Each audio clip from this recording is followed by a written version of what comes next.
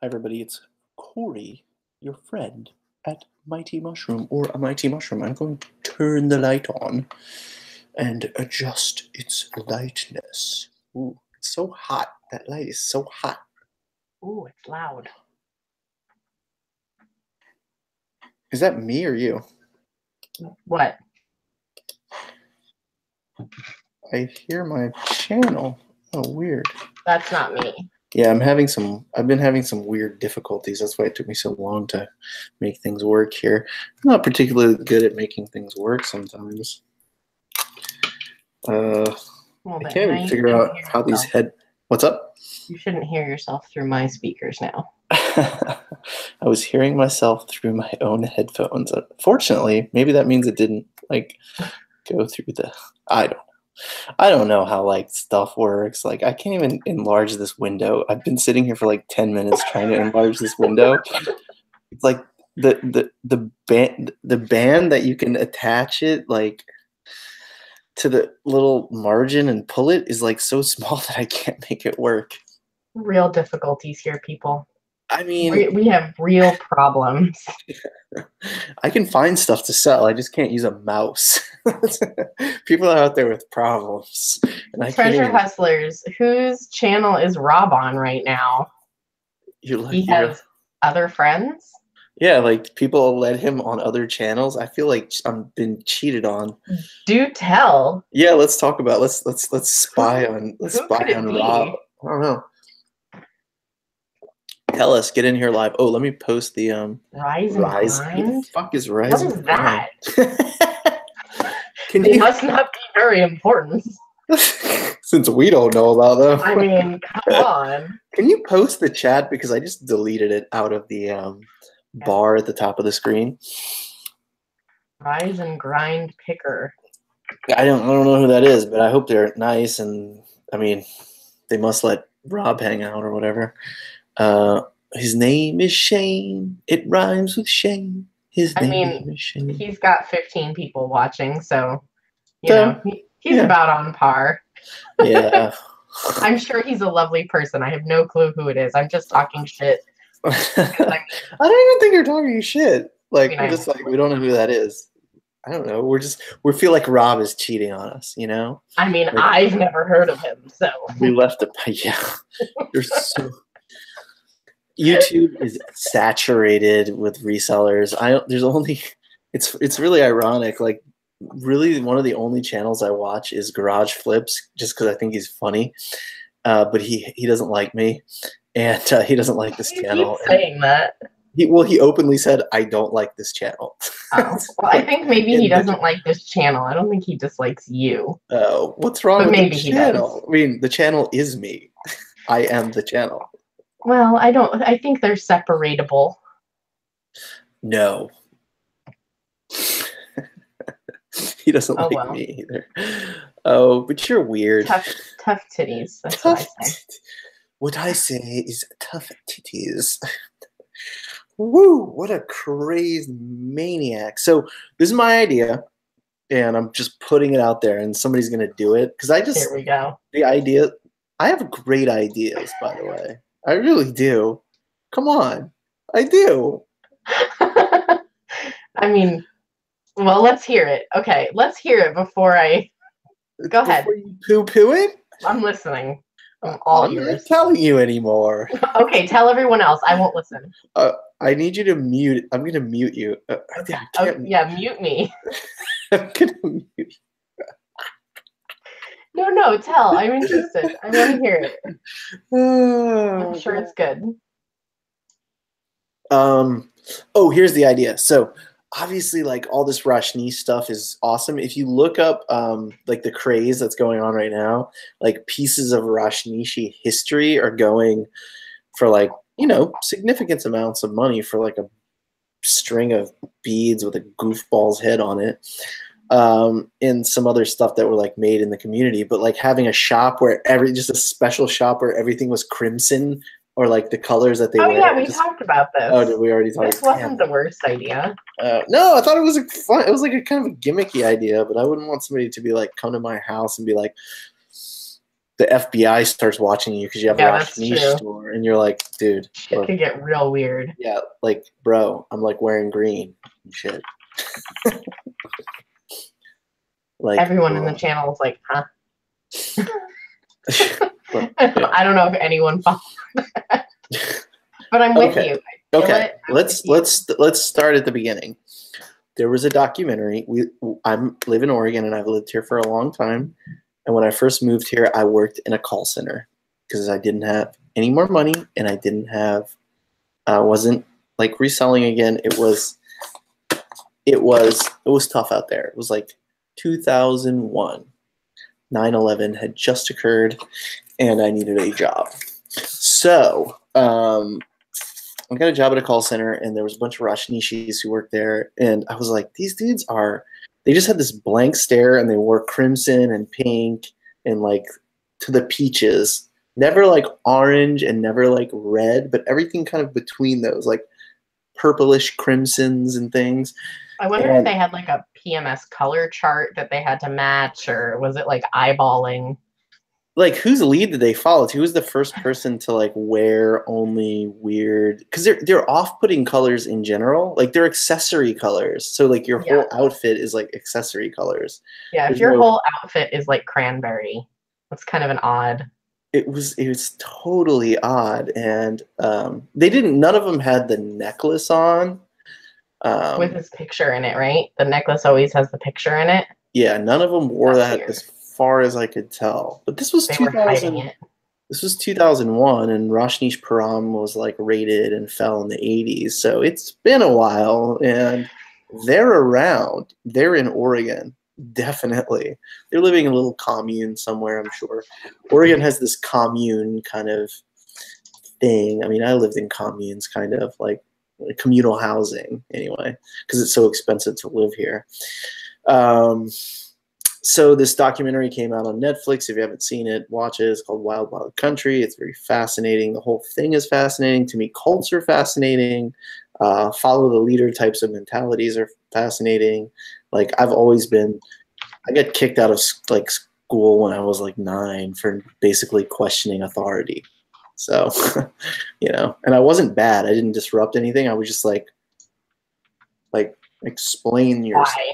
Mm-hmm. Not even why, like, not directly why, or like on the whole picture, but kind of like, what do you mean I can't talk about this, or I can't question? Like I went to a Catholic school, so I was like, so you said this, but I don't really think that that's the way it really is. I think that you're basically, part of what you're saying is true, I'm sure, but let's talk about this other part. And it was always like, let's not talk about that other part. So kind of people don't like that. So, I'm an outcast. I have been for a long time. It's okay. Anyway, so where was I going with that? Damn it, I'm so... I mean, you were talking about in the call center, you met these people, or you encountered these people. Yeah. After coming to Oregon, I left like Louisiana. I was born in New Orleans, so I left Louisiana as soon as I possibly could, and somehow I figured I'd move to Oregon. I think people probably won't believe this story, but I flipped a coin a bunch of times. I was looking at San Diego or Portland, and I was like, all right, I'm just going to flip a coin like a bunch of times. And I wanted to go to California because like California seemed cool, but Portland was like livable, like easy transportation. It was affordable. It was on the West Coast. It was close to skiing. It was close to the ocean. They had tons of mushrooms, which I really liked. There was just so many things about it that I liked, but I was also like California seems awesome, right? So I flipped a coin like 10 times in a row, and it was like heads every single time. So I was like, okay. Well, that's that then. That whole thing about weird. So that was one of the first experiences I had in Oregon. I got here on October 8th, 2001, and on October 9th, 2001, it started to rain. And it basically didn't stop raining until like April 2002. And you were like, did I make the right choice? I loved it. I just loved it because people just like, I love the idea of walking around in the rain, right? I used to, well, as a kid, people would be like, dude, you just walk around in the rain? And I was like, yeah, I just, what's the point? I put my hood on. I got a waterproof. I don't need an umbrella. I just put on something that's, put a hood on and I walk. Like, I don't like, I can't even keep, like, I can't keep track of my socks, much less an umbrella, like an accessory. Like, I might lose a sock walking. You know what I'm saying? Like, anyway, so that was the first thing I noticed. People were just like walking around in the rain, not giving a fuck, not walking fast, just like walking in it. Like, I accept that it's raining and that it will not stop, and that an umbrella will not make it stop raining. I mean, yes. Yeah. You're from Jersey though, right? Yeah, but I had a very, very similar happening when I moved. I was 18 years old and a couple of months, and I had to get out of New Jersey, and Yeah. I did kind of like, there was a guy that I knew that lived in California, but he was just like a plus. Like, I was getting out of New Jersey anyway, so I was like, oh, plus there's Yeah. this guy that I like in California, so Yeah. It was I a guess I'm gonna connection. It move was to California. an easy connection. Yeah, I mean, then I wound up marrying him, so I guess I mean, at least it was temporarily a good idea. But yeah, I was 18 and just like got on a train. I saved up enough money to get on the train, and I took a train from New Jersey to California in late October of 2003. I moved. Uh, And I've only been back to New Jersey like 5 times since then. yeah, I don't Just go back to fuck that New place. Orleans too much. I really get along with my dad a lot. He's helped me out a lot. And I appreciate him, so I go and visit him. And I usually don't leave his house. I mean, there's not a lot of people I really want to see. A lot of the people who I kind of grew up with, I have like probably 5 or 6 friends, that I really like. And everybody else can go fuck a duck, basically. They were just not pleasant. And like, I just don't really have any interest in assaying whether they're pleasant now or not. Yeah. I don't keep in touch with one person from high school. That's it. Yeah, I have a few really good friends that like grew up on my street, and they're good. They're good people. We don't talk at all. But when I go back, sometimes I call them up, and sometimes I don't. Like sometimes I just want to hang out with my dad and just be like. I'm not a guy who like. I'm not a limelight kind of dude. Really, I like when I go somewhere to like know people and be able to connect, but I really, really like my like private mind space. I don't like a lot of noise all the time, I guess. Yeah. But the sky is literally falling. Literally. In case you don't know what literally means, it means hyperbole. It means not literally. Because I don't think the sky can fall. I think that's against the laws of physics. I believe that's why it is where it is. I think one of my biggest pet peeves is people who use the word literally wrong. You're like not I'm ironically, literally, yeah. I'm literally dead. I'm literally going to the store right now. Oh, awesome. Well, I mean, that's not wrong. I know. That's not the wrong usage of it. It's just like a stupid usage of it. Mhm. I more dislike the people who are like, I was literally dead. Or I literally shit my pants. Like, unless you literally shit your pants, then you did not literally shit your pants. Well, I mean, if you did, that's okay. I'm not here to judge you. I had a kid in high school who used that word all the time, like for everything, and it just drove me crazy. Exactly. Literally. The synonym is exactly. Literally can mean exactly, in a literal manner or sense. Exactly, precisely, actually, truly. The sky is truly falling. Truly. Okay, wait, let's go back to where we were. Oh, okay.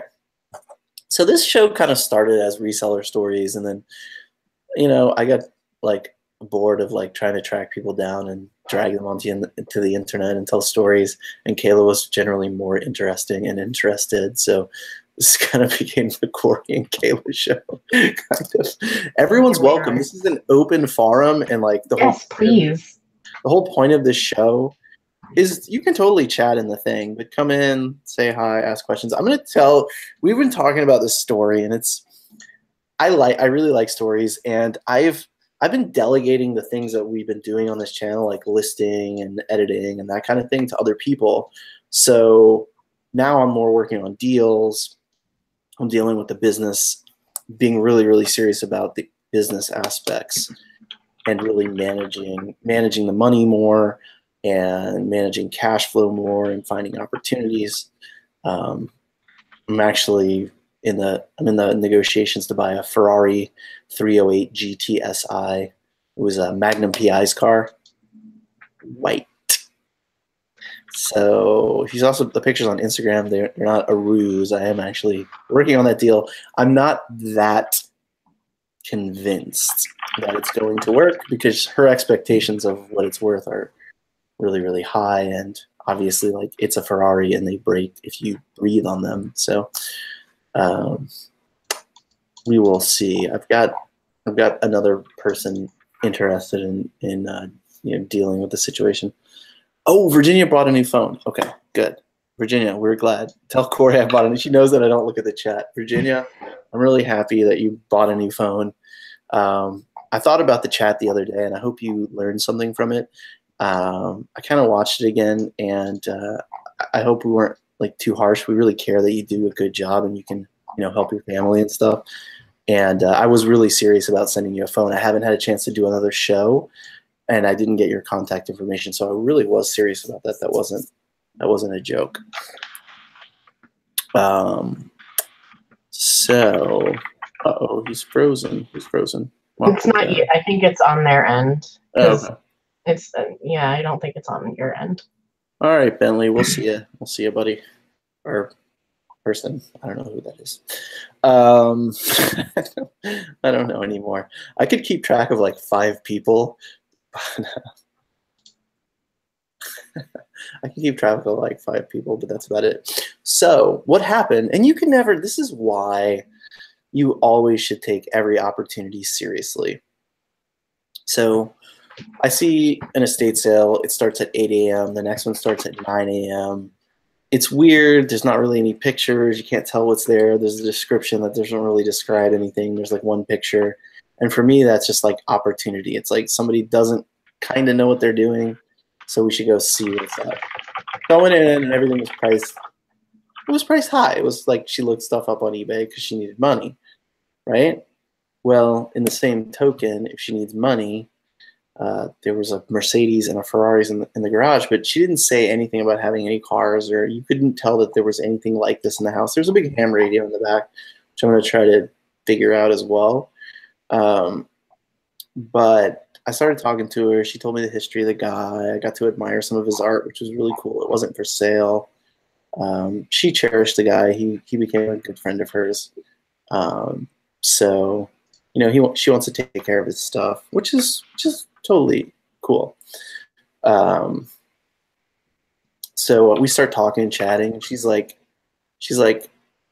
something, and I said something, I don't even remember what it was, something about like, well, it's not a Ferrari, or I said something like that. I made like a weird reference, and she was like, well, there's one in the garage, and I'm like, excuse me? Of course there is. Of course there is. And I walk out there, and there's a Mercedes. I don't know what model it is. It's a very expensive Mercedes. And then there's the Ferrari, and the cover is like kind of taken off and like thrown to the side a little bit. And I'm like, you're kidding me right now. I was like, yeah. I didn't want to go so far as to ask to drive it because I wanted to like assay what her expected value was, but I am going to drive this car. Like, my goal is to drive the car, and we'll see otherwise, because like she also needed to like get the title fixed. She inherited it, right? And there was no next of kin or anything like that, so she just got everything. So yeah, so you never like, people look like a gift horse in the mouth and they just think, oh, this is how it is and I'll just go. A perfect example is like the sale where I found the Gucci and the Louis Vuitton bags. The three people in front of me in line, I was 47th in line, something crazy, 60th. I don't even know. It took me like 20 minutes to get into the house. Couple people in front of me were like, I signed up early. You know, they complained and they bitched and they left. So my space got like sooner up, you know? Well, what happened was people went in and they closed the closet upstairs, didn't look in it. I walked up, opened the closet, and there's like 4 designer purses for $90 just because I didn't listen to what other people said and remained optimistic and went in not expecting anything. If you go to an estate sale and you're like, oh, there's a Vitamix in there, and you walk in and the Vitamix is gone and you just leave, That's not dumb. an intelligent decision. If you're going to do like this type of business for a living, I know there's a lot of people who advocate get good at jeans, sell jeans, or get good at shirts, sell shirts. There's so much more to it than that. I know. Kayla's really good at vintage, and that's what she focuses on, and she's way more niche-oriented than I. But I'm afraid of niche because I like to be diversified. Like, I want to offer women's vintage clothing, but honestly, if I found a huge lot, I probably wouldn't know enough to buy for Kayla, but I'd probably, like, because at some point I'm going to come into a lot, and I'm going to be like, Kayla, like, look, here it is. Like, buy it. You know, it's nice to be able to, like, one of my goals is to be able to get Kayla like an awesome score this year and get Nicole like an awesome score this year. It just hasn't happened. I really haven't found a great, what I'm looking for you is like new with tags stuff from like the 50s, 60s. Oh, mama doesn't need new with tags, but I'll take it. That's what I've been trying to focus on because I'm not so good at understanding condition. I'm looking for like, because, okay, so like right before we started this channel, right before we started this channel, I went to a sale where there was like thousands of pieces of women's clothing from like the 50s and 60s with tags and stuff. And I just did nothing. Okay. Like I'm not, and the prices were really good. So I just need a minute because I just paid my taxes. So like, I just need a moment to breathe.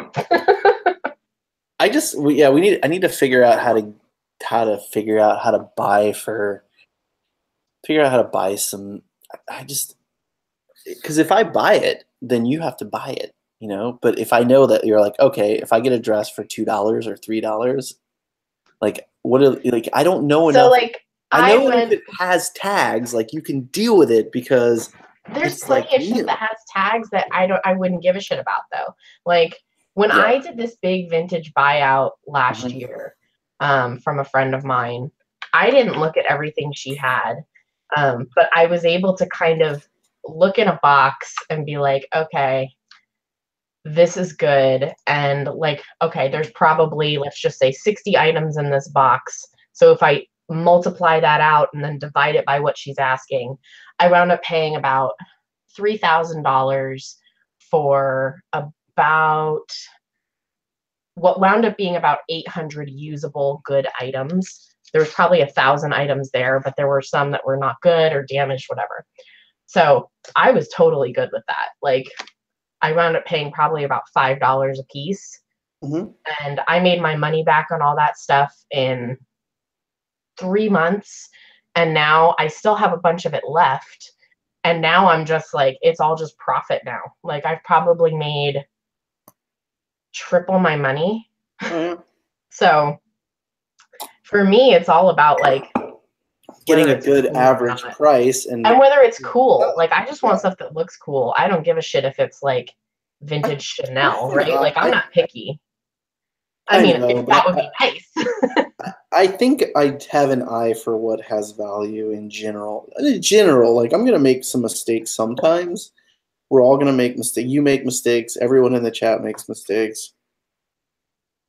And you know, if you get a good average price, there's gonna and they're desirable pieces, especially if they've been unworn. I kind of feel like that's like solid. Way. Treasure hustlers. No. Don't tell him we're upset with him. He plugged the Is channel she though. in? Is she in both of the channels? He's like a secret agent right now. Somebody posted the proprietor of the topic of this channel was in that channel. So Yeah, vintage is way more about look did you than hear what I brand. said? Did you pay attention to what I said just No, now? I was reading the chat like a good host. I said the topic owner is in that chat. Oh, I understand. Yes. I feel you. Oh well, fuck Feel that you, shit. dog. Wait, is it open forum? Because I might need to go over there for a second. I should open it up and see. Yeah, find out real quick. Secret agent man. My milkshake brings all the Ferraris to the yard. At some point, if 5 people say yes in the chat, I will tell my UFO story. We were talking about my UFO story earlier, and if just 5 people in the chat say yes, and if 17 people like this video, there's like 17 people, like 9 people dislike the video, 2 people like the video. Oh, look, we got the love. We got the love. All right. I'm going to tell the whole story. Look at that. Oh, Mother's mustache says yes like 5 times.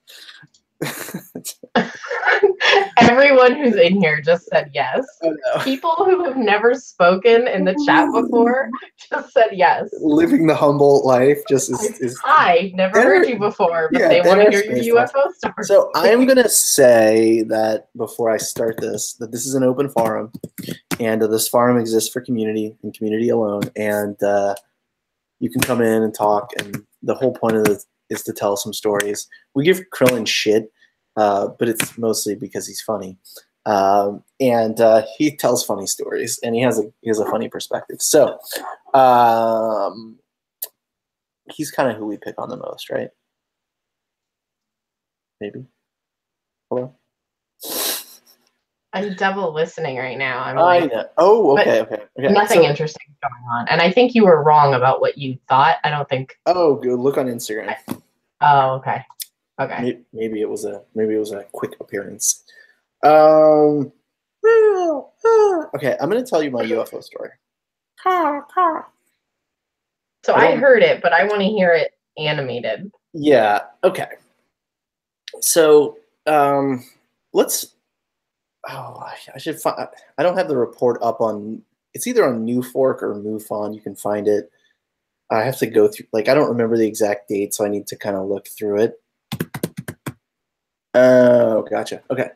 So I don't care whether there's any other civilizations or not. I only care whether I live my life like honorably and respectfully.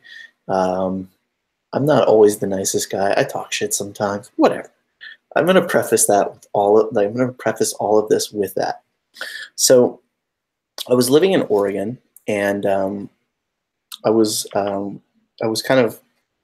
cohabitating with a girlfriend at the time, and we shared an apartment. I was going to Portland State University. I was finishing up my bachelor's in botany, and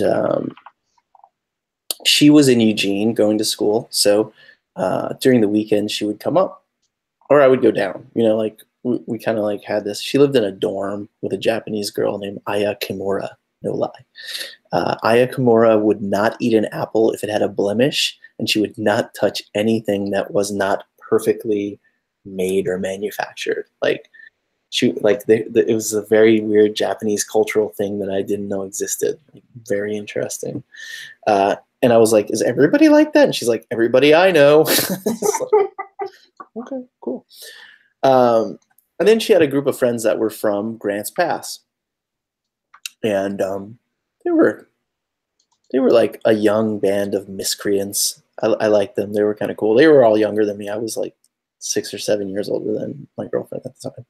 So I was like 24 and she was like 19 or something like that. You know, like it was a relatively large age gap for being young. Totally different wavelengths, definitely. But so her friends came up one weekend, and generally I'm not a super late nighter, and it was late. It was like 2 or 3 o'clock in the morning, and a couple of them smoked. At the time, I smoked cigarettes. So, and we had a balcony, and it was like downtown, so it was really awesome. You could see out to where the coin tower is. It was before they built those buildings. It was at the corner of 13th or 12th in Clay. It's called the Clay Building. It's a really interesting building. It was a brothel and a hotel, and there's a secret tunnel that goes and connects the two buildings. So That's you could, cool. yeah, you could enter the brothel without being seen.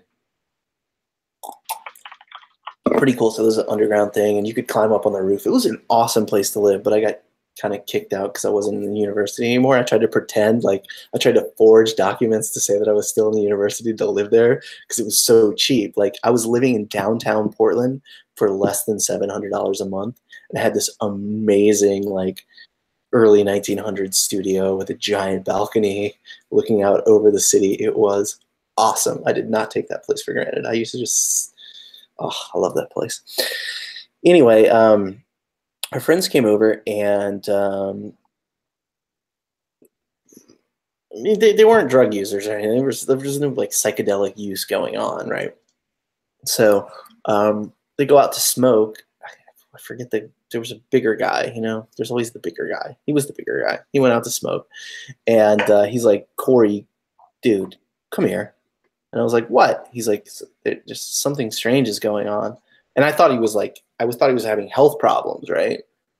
And I'm like, what's up? He's like, dude, look at that. And I looked, and I just, with amazement, I was staring into this giant, I can't say it was disc shaped, but it was like a flat piece of giant metal, or it looked kind of flat almost, like a bar. And it was emanating like this really bright light, like fire. Like imagine like a sparkler. So it was really hard to make out what was in the center of it, but it was big, really, really, really big. It took like a second to fly over its entire length, like took a second to pass over the Coin Tower building, which is one of the biggest buildings in Portland. And yeah, Reezy's here for the story. Let's get Reezy in here. Can we, let's post a hangout. See if Reezy will come in and call me a weirdo here. I'm not a conspiracy theorist. I'm not any of that crazy stuff. This really happened, and it gets really strange. Create a channel to join the chat. I don't know what's happening. It's not letting me interact with the chat. It says create a channel to join the chat. Sorry, guys. It's not letting me type in the chat. In case anyone wants to join. Nah, keep doing your thing.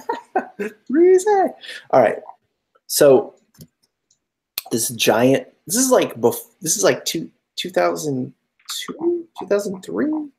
I have to look up the exact date. I put a report on this UFO website, and it's there. So that's where the date is. And we'll find it. And I'll show it to you.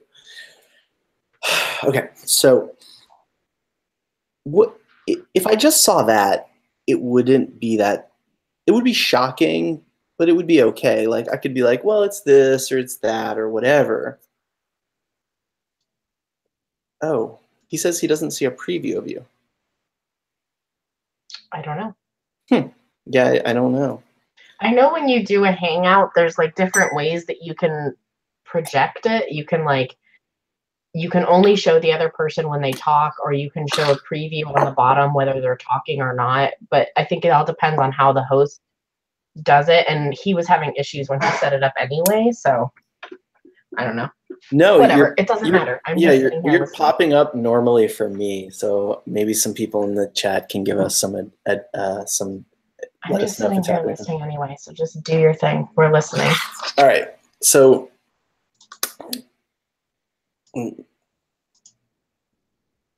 about halfway past the first building that it crosses, so it crosses pretty far. Then a second one, which is closer to me in the perspective, comes into view, and they are moving at the same exact rate. Okay, the first one passes, the second one's there, and a third one starts to pass. There are three. Okay, that's when I start to get. That's when I start to get freaked the fuck out. Okay, so we're playing like music, and there's totally like anomalies in the electronics, like weird sounds. It gets weird. It totally gets weird. And we're just sitting there on the balcony watching, all right? And then we all, as they pass, because so imagine, let me just draw this real quick. This is kind of important to how things occurred. Let me see if I can find a piece of papier. I need a piece of paper. Oh, I need a piece of paper. All right. So the building is here.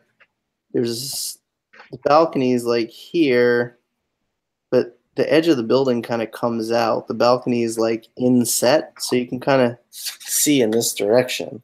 So we're like where the circle is, right? And we're looking, but this is reversed, right? So we're looking the other way. So that's, since it's reversed, I'll just do it again. That way. Yes. Towards the river. So this is like Clay Street. This is 13th Street. This is Clay Street. And so after the third craft passes the building, we all run downstairs, and we're staring up, and they start to rise up. Rise. They start to rise until we can't see them anymore. And there's this dude beside us walking the dog, right? And I say, "Hey, dude, look, like, look in the sky." He's like, "What? There's stars." And I'm like, "Do you see those 3 stars? They're getting smaller. What do you think about that?" He's like, "I don't see that." I mean, he literally said, "I don't see that." And I'm like, "You didn't even look. Like, are you an alien?" Like, he was planted there to put doubt in your mind. Dude, it was like 3 o'clock in the morning, and he was walking his dog. I mean, I guess that happens. There was a lot of meth heads who like fought over sandwiches and stuff, but dude, there was this couple, and they would always fight outside of my apartment at like 5 o'clock in the morning over a sandwich, like once a week. Dude, put down the pipe. Oh man, Portland was rough in the early 2000s with there was like a methamphetamine epidemic here. Okay, so we're standing there. They rise up out of sight and just disappear into space, right? And very, very peculiar. So we kind of start looking around and like looking for shapes and things and information online, and we find this MUFON, Multiple UFO Network, and then NUFORC, the National UFO Reporting Network, and kind of do some research about this guy, Peter Davenport. And I post a report on the website, and like he never responds to any of the reports. Like he just like he can respond, but he rarely ever does. So he posts this thing saying basically that these craft came down like in chronological order. He got reports, and not just through the website, of these similar crafts coming down in like Baja, Mexico, San Diego, LA, San Francisco, like Crescent City, the border, Portland, and then up into British Columbia, but during a timeline, and mine fit into that timeline. So it's pretty interesting, and the guy's pretty bona fide. Look him up, Peter Davenport. And it was just such a peculiar experience. And I did have like, and obviously this is paranoia, but I totally had like dreams of like odd little men coming into my like kitchen and stuff. I had some like weird. That creeps me out. Oh, I had Like, dreams. I had like these paralyzing dreams where I would be like paralyzed and like having these weird like like weird experience, like dream experiences, but like paralyzed, like very weird stuff. so here's the thing, and I've said this before, I don't believe in like anything. Like, I am a huge skeptic. I don't believe in the paranormal. I don't believe in any of that stuff. But it doesn't mean that it doesn't freak me out. Oh, dude, Like, it's so hearing the freaky. stories still gives me the heebie-jeebies, even though Oh, like dude, like the I hair on don't my think it's, I arm is know. standing. I like thinking of like the little green men kind of thing, like totally freaks me out, even though I'm like, there's obviously like an explanation for These it, at dudes least in were my these dudes were like these dudes were like short and gray with like the weird head, and they were like kind of fast, mobile, agile, and mind. God. I mean these were just dreams. Like I was paranoid after that. Like what the fuck is going on? And I've never seen anything like it. And then I thought like, okay, it could be like those Chinese New Year balloons, whatever, the ones that like inflate and fly over. But this was like on a random night in April or something. It wasn't, and there weren't any more of them, and they weren't like the size of a grapefruit. They were the size of a city block. I mean, these things were enormous. They were huge.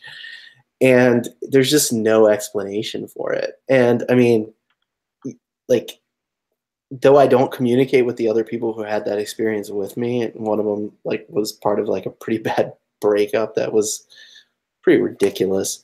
Um, she would probably, I would hope, tell you a very similar story. It's very, very Or strange. maybe she'd be like, That dude was no crazy. clue.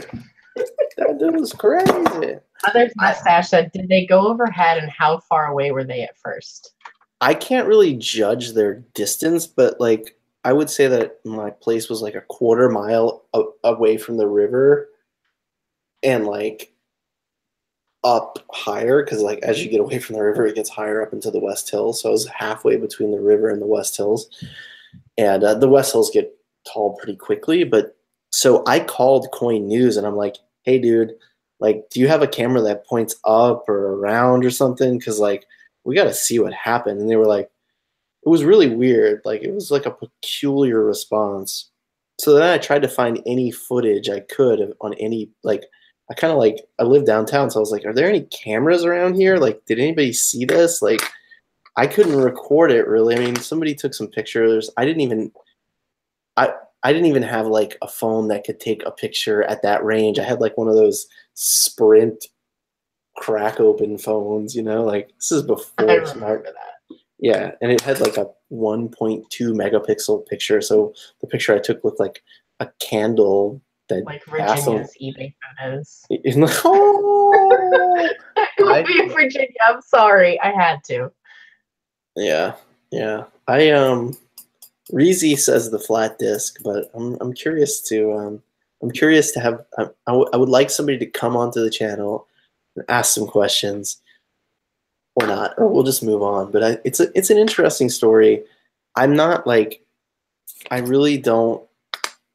It's not about belief. Like I don't care if anybody believes me. Like there were 5 people there, and they all saw it, and we don't know what it was because it was really hard to make out. But it was something peculiar, and it did like leave the. I can't say it left the atmosphere of the Earth, but it got so high that we couldn't see it anymore. It wasn't like it burned out. It like shot up really fast, but you could. It was bright, so you would see like.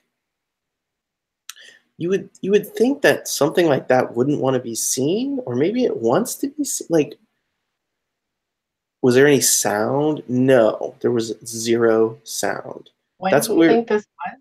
There was interference on the like somebody was playing music on like a computer, and there was definitely like interference. It was like a high frequency interference.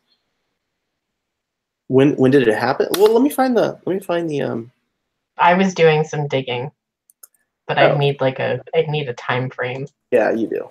Because it's not like I have anything else to do. Oh, I don't. I'll find it. It's on MUFON, I think. It's been so, I mean, you got to think it's been 15 years, right?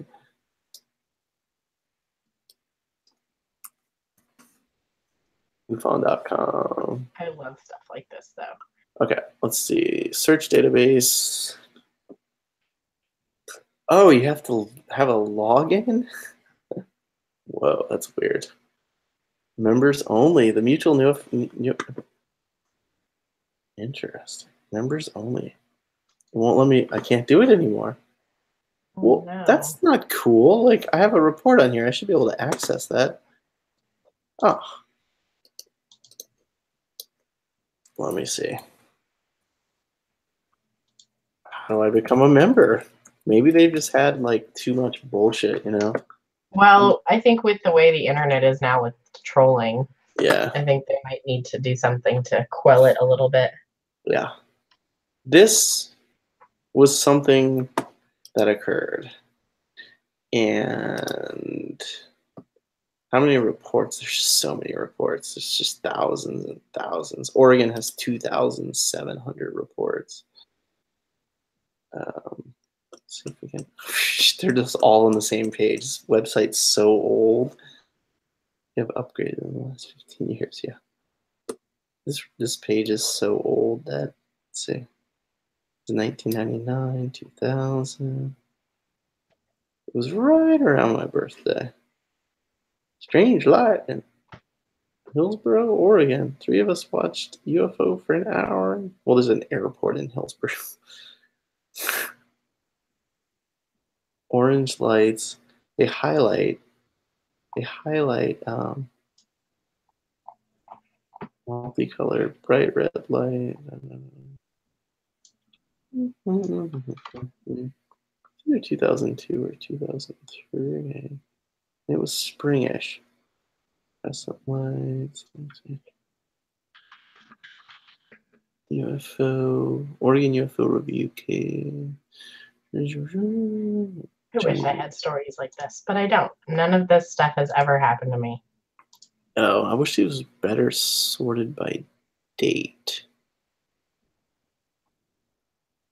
Trying to get into how do I sort these by date? It sorts them by when the report came in. Let's see if I can. Index by date posted. Oh, jeez. It's going to be tough. Is this what you were looking at? I just linked it in the video chat. Because that's all by date. I'm looking at MUFON, or Newfork, not MUFON. Oh, okay. Yeah, that's what this is. Okay. And it's sorted by date. Yeah. But these dates are okay. It's weird because let's go. Let me see. I'm trying to look at dates. There were a lot of like a huge spike. Like 12/23/2002, there were 404 sightings, but the next day there were 1, 2, and 7. You know, like, and the days before that there were way less. On 2/21/2003, and it could be somewhere around there. Yeah, that's about Virginia and Oregon. I mean, just look how many there are on this day, and then you see like, holy crap. On 2/21/2003, there were 532 reports of UFOs. I just can't believe that there's that many on any given day. Like, dude, that's cool. Weird to me. Well, something happened, definitely. If there's 500 people, like, saying something happened, I mean, that's a lot of people. Anyway, I'll find it and share it with everybody. But I mean, as the internet's more accessible, you'd think there's more reports, but there's not. There's some spikes. Like on 9/24/2012, there were 1,000 sightings. And you know this guy filters them some. So on 10/10/2011, there were 1,000 sightings. Formation above the skies in Virginia, Arkansas, Pennsylvania. Like, I kind of wish I'd seen weird shit like that because I'm such a skeptic that Like, Dude, I am I'd such a love to see it, skeptic still. but I have no idea what happened. I have no idea what happened. It definitely happened. It was peculiar. And obviously, if it happened again, I'd try to document it. Like, well, yeah, now we have easier ways to do that. it's much easier to say that, but when you're in awe of something that's occurring in front of you and you're like, what the fuck? You're Like, like, my think last about the views. idea was to document it. I was like, this is like, what the fuck is this? I mean, it was just so odd. And I mean, it's so funny because I don't tell the story a lot just because I think it's because I can't it's not based on any sort of it's all my testimony, and it's not I have no idea what it was, and it's inconsequential, but it is just an interesting occurrence. And this is the internet, so Yeah. people don't know me. They don't know that I'm actually like a normal person. And I'm not involved in like weird cults or conspiracy theories. I don't have like, even though my original videos are in my basement, there's no UFO cult in my basement. I don't have black and white Nike shoes and purple sheets or anything like that. I do think the Rajneeshis are fascinating, but beyond that, I have no other, I'm not buying Bhagwan necklaces on eBay. They're like $300. That's probably a spike, though, don't you think? From the documentary coming out. You normal? Flipper Joe's like, you normal? No, I didn't say I was normal. Did I? I didn't. I really wanted I to don't say. think you. I don't think you would ever say that. I don't think I'm abnormal. You know what I mean? I don't think I'm like. I don't think I fit into like. I don't. I mean, I don't care whether the Earth is spherical or flat or whatever. Like, I don't even care to get involved in any of that ridiculous nonsense. It's just for me so inconsequential, and the universe is so large and complex, and like we are projecting this strange reality from these brains that we have, and it's like, dude, it's like we could easily be confused about everything that's occurring around us. So, I mean, drugs are a perfect example of that. Exactly.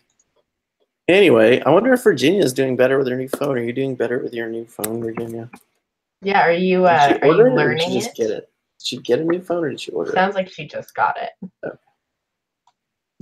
Let's see if eBay put any agenda. They. Okay, they. It's not a very good agenda.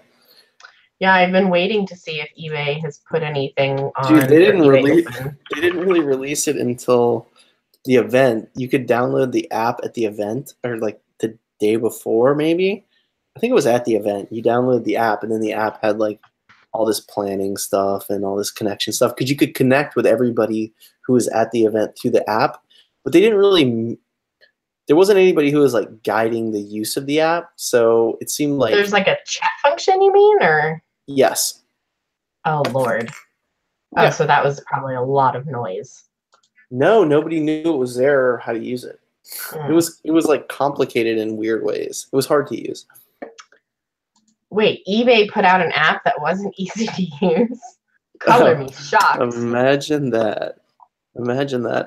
I need to figure. Okay, I'm gonna mute this really quick and figure out how to get the chat out of YouTube so we can live now. The sky is literally falling. Oh, the chat's not there. Okay, pop out chat. Oh, there it is. Okay, I got the chat. I was gonna say it looks fine to me. No, it said I needed to like log in, but I'm like logged in and stuff. I should get some drafts done, I guess. Oh, did you see this on a Mighty Mushroom? Wait, did you see this on a Mighty Mushroom? No, that would have been cool though, probably, or I probably would either would have freaked out or like been like, "Hey, let's go find it, man." Have you guys seen these UFOs, man? Okay. Oh, sign in or register. Register. No, sign in. Ugh.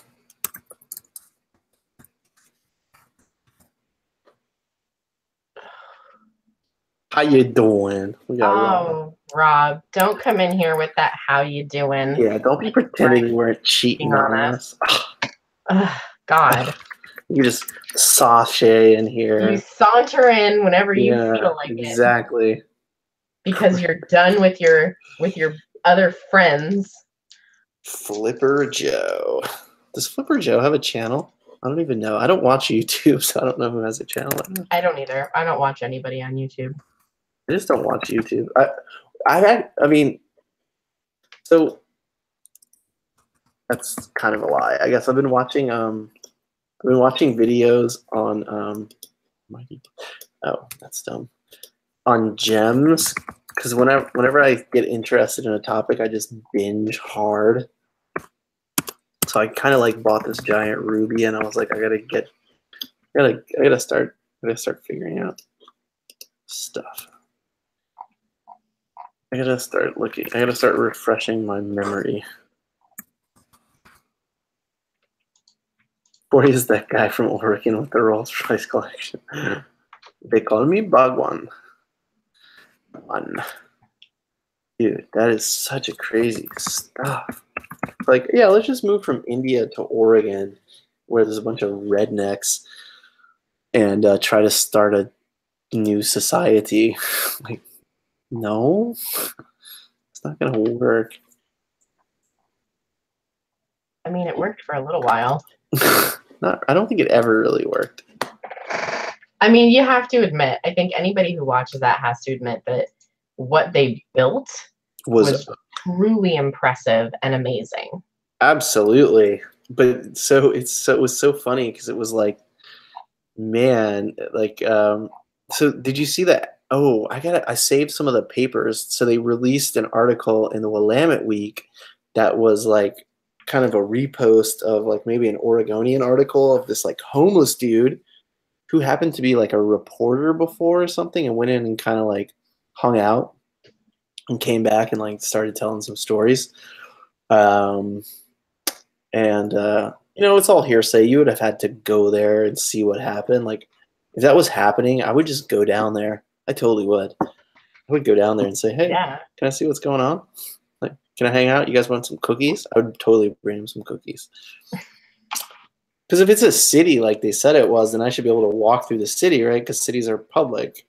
So I should just be able to, like, walk in. It'd be like, come on in, stay a while. Like, forever. Here's some Kool-Aid and some laudanum. Have you heard of laudanum? You get 2 beers per day. It's lovely. It's like, fuck, I don't want 2 beers per day. I want like 10 beers per day. I came to party. I came to party. I heard there was like a party. You can wear crimson. You get some beads. I mean, it doesn't sound that terrible. Sounds pretty bad, dude. Corey's gonna show up at the eBay open in a Phantom. I mean, I might show up in a Ferrari. You never know, dude. If I buy that Ferrari, I might drive it down to the eBay open. You can never tell. I already bought a ticket though. That would be pretty sick. You have to get that valeted. Sometimes it's so hard for me to believe and I'm just like, I feel like I'm just on the tip of a crazy iceberg. Like that Nike sale that just happened recently just made me like realize like, holy shit, there is so much. This is like not an isolated incident. No. This is like one of many, many, many opportunities. But you need to find them. That's the thing. Well, I got that one by just sharing information. Like I didn't know. I didn't know. I didn't even care.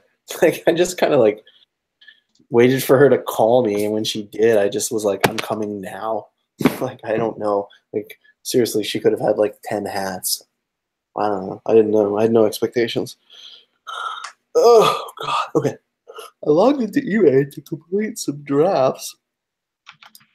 like I said, I've delegated doing drafts to somebody else. Today was a terrible day, by the way. I'm at $121 in sales. No lie. Wow. Yeah, I did like over 700 yesterday. And then, well, I had the whole windfall from Amazon. But dude, for me to do $121 is really, really really, bad. really bad. Yeah. And we listed inventory all day today. Listing. I went from having like $300 days like consistently to like struggling to hit $200 now. Oh, I think we're in like a. I wonder if it's a tax slump. Yeah, there's some. Do you think it's people who are like slitting their wrists over the taxes and being like, "Oh, I'm not buying fucking Walkmans on eBay." Exactly. No, I think that there's definitely a market force. Like, I think there's a huge E. coli. Like, lots of people are sick. Like, I have friends sick in several states with E. coli, including this one. Oh yeah, I went to the grocery store tonight and I needed to buy some spinach, and the entire wall of like romaine lettuce empty and signs everywhere. It's like there is none in the stores you can buy. Yeah. At least none that I saw. Crazy, right? So if you guys don't know about that, if you have romaine lettuce at home, throw it away. Yeah. If you have any salad blends too. There is a huge E. coli outbreak with romaine lettuce right now. So watch yourself. Yeah.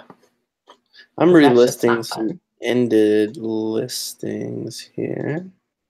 God, there's a lot of cool stuff in here, and it's just not doing that. I've relisted these auctions a few times, and like every time I relist these auctions, like several sell, but like some of the best and most valuable pieces are just not selling, even for really cheap pricing. So I don't know what's sometimes happening. When that happens to me, I just put it as a buy it now for like a cheap price and just get it out of my life. That's what I've been doing. If my auctions don't sell, I'll put it at like $4.99, buy it now, no best offer, plus shipping, like get it out of my life.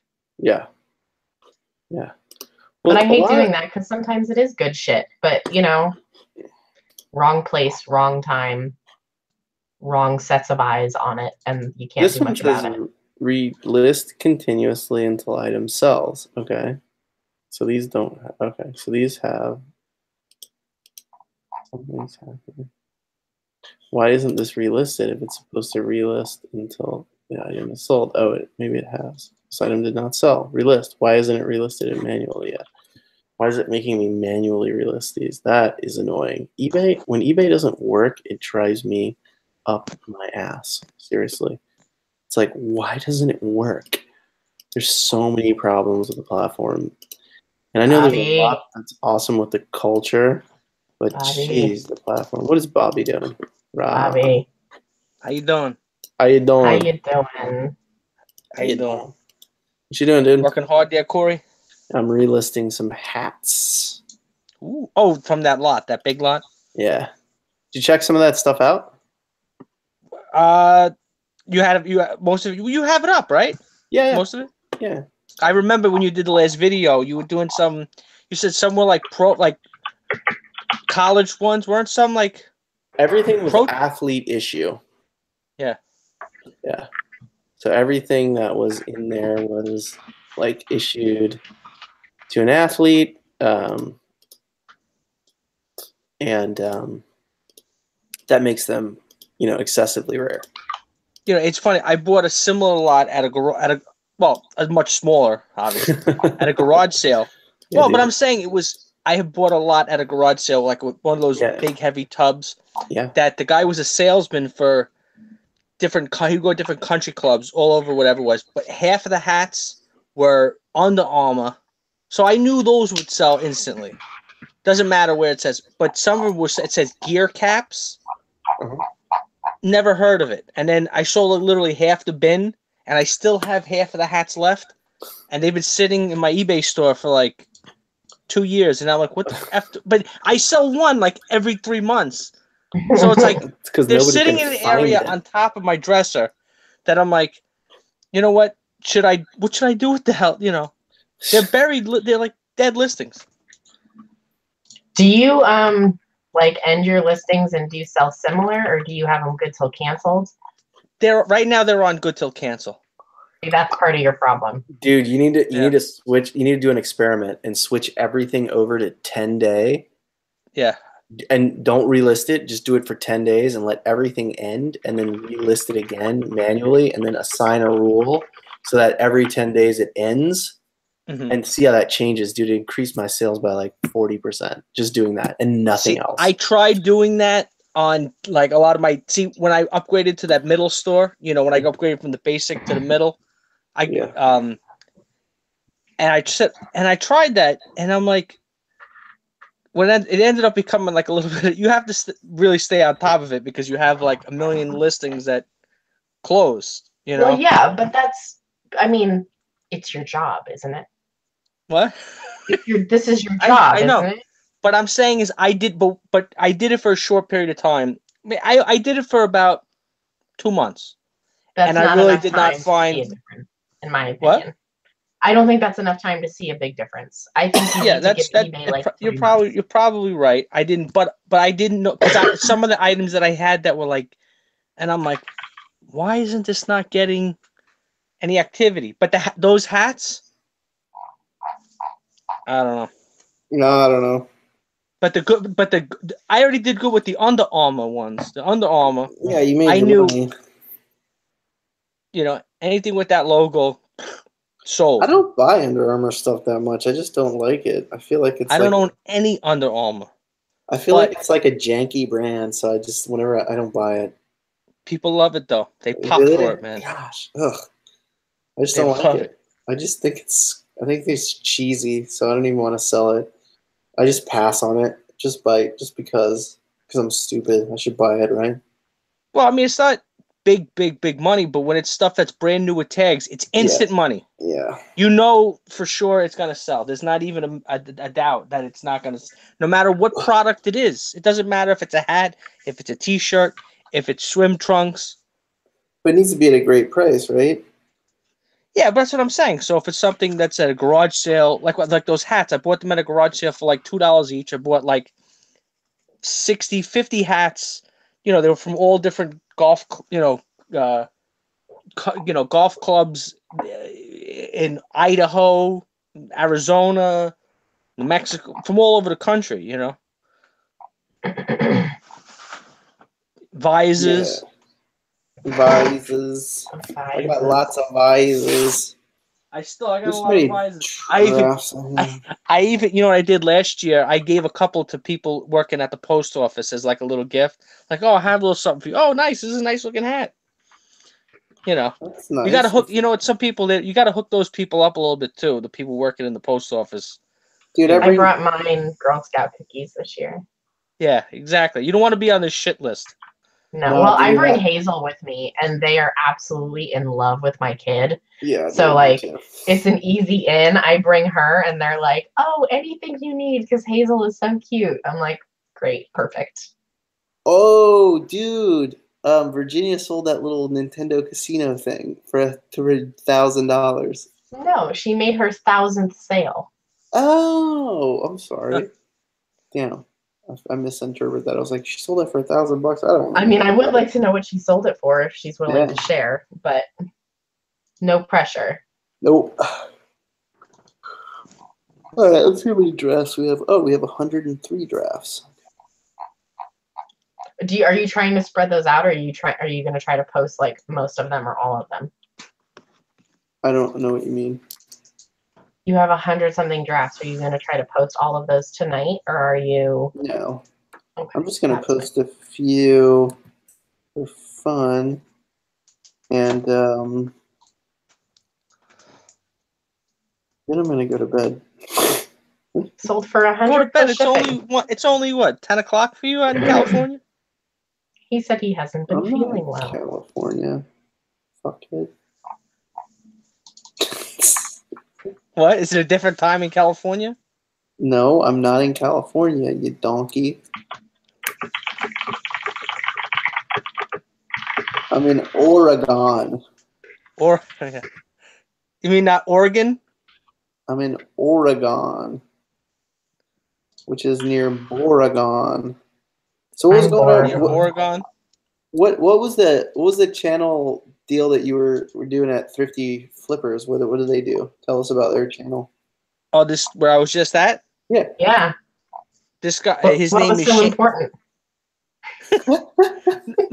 No, this guy, Shane.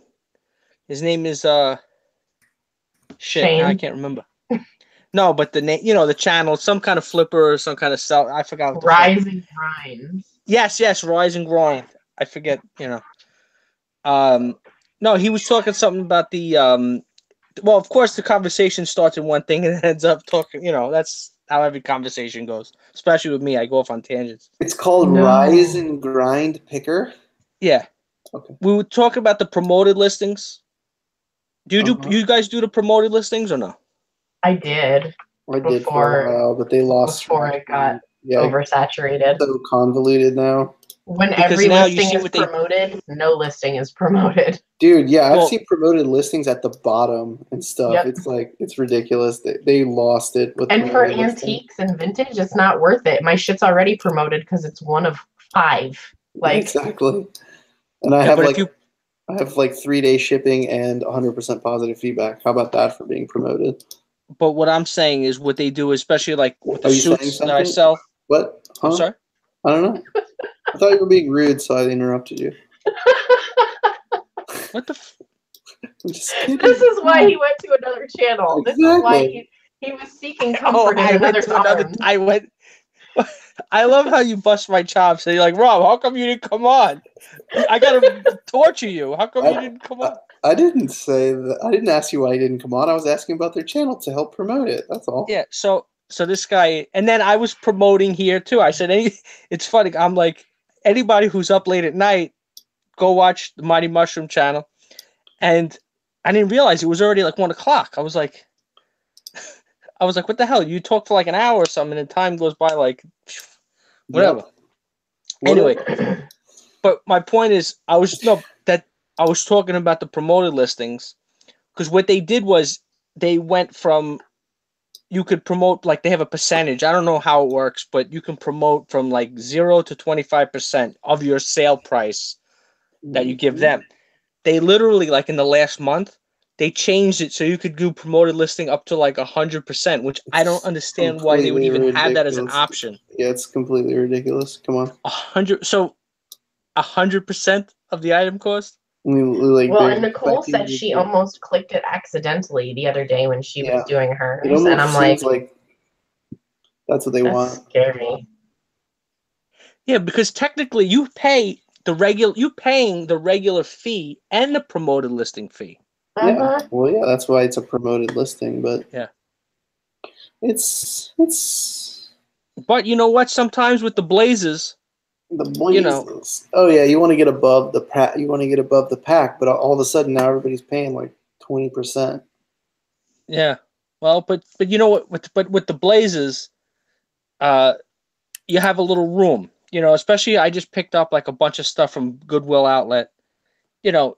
So it doesn't matter if I have to pay a little extra percentage to try to get up. It's okay because if I don't have a lot of money into the product, I'll pay it. I'm not doing no 25%. Whatever. That's pretty ridiculous unless you have something like that you have a shitload of and it sells really well and you have a great price in and you want to like if you got iPhones for $25 and like you want to get above the pack, I don't know. Well, because it's not just a search ranking, but what happens when people look at one item and then they scroll down a little bit, it says similar items for sale. It will say sponsored. Yeah. So they'll have like 10 other sponsored listings like right under your listing as somebody's clicking on something. So they'll see those 10 other things. They do say, technically you only pay if somebody had clicked that sponsored box, not if they clicked the regular. Yeah, but so I figured sometimes if they noticed it, one is above the sponsored one. It's so funny. A lot of times, no, you're right. You're right. So but what weird. I'm saying is, if they click, I'm sorry. Yeah. I'm listening. I'm sorry. You talking to me? Yeah, you were saying the sound sucks on my phone. I can't even hear sometimes when you're talking. So you said You I were didn't saying say that anything. sometimes Just you're keep talking. above. Just keep talking. Just keep talking. It's fine. Don't worry. Keep going. Oh, because I couldn't hear that. I'm sorry.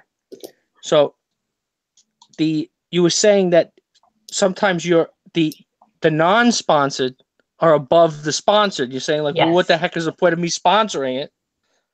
Yeah, like I have my listing twice, my regular listing, which is at like the top, and then my sponsored listing is all the way at the bottom. It's like, okay, what the hell is that? I don't think they put it together too good there. I think they're having some issues with it, and there's been all kinds of crazy problems where they would like promote your listing, sell your item, it would get returned, they would still charge you the commission on it, all the kinds of stuff like that. Mm-hmm. So they're like, oh, take returns on your promoted listings, but we're still going to keep the promoted listing fee. Like, And they got to be making buku money from this too. eBay makes a lot of money. They don't, but they spend a lot of money. Are you guys looking? But I'm saying, considering that if they can raise fees so much on the promoteds, right? Uh-huh. Okay. Victor Borg. Yeah. Phonetic punctuation? A Mozart opera? I hate when people ask dumb questions on eBay. Dude, it's my life. God. I just want to tell them there was one guy. So I have these hats, and like obviously they're really unique and interesting, but I offer best offer on everything. And this guy's like, and I priced some of them inexpensively, which I consider really inexpensive. And he made me an offer of like $15 on a hat I was asking $35 for, and I wasn't going to take any less than that, really. And he made an offer for 15, and I was kind of just like annoyed at the moment. So I was like, in a way, I was just kind of like, go away. So normally I would counter offer, but I was just like not in the mood. So, and it was like he offered less than half, so I just declined it. And he came back with his message like, who do you think you are? You think something? And I'm like, I just blocked him. Like, he made an offer, and he's like, well, why do you accept offers? And it's like, because I would love to make space for people to make fair offers, but you're an asshole. So if you weren't an asshole, maybe I'd accept your offer. And maybe if you didn't write this email, you'd be able to buy this product. And now, you know what? You can't even buy it, and there's only 3, and you'll never get one. So lick my left testicle. I got a message last night because so I have a bunch of these dresses that are larger size, and my mannequin is like a women's extra small or small. So if I have an item that's like bigger than a large, I usually clip it in the back to fit the mannequin. Otherwise, it looks like a potato sack on the mannequin. Mm. So, and everything says, you know, this is a size 2XL and here's the measurements, right? So I'm just trying to show the best view of this product. Yeah. I got a message last night from a lady that's like, this dress is a, 2XL, but you must have it magically pinned on the back of this mannequin. You must have genies wrapping these dresses in the back for them to look like that on the mannequin. She's like, and then you don't take returns. You really must not care about your customers. I'm like, oh, go away. Like, did you just want to berate me? Is that what it is? Like, did you just need to, like, tell me that I'm a fucking piece of shit? Like, you're not going to buy the dress. Exactly. They never do. They never do.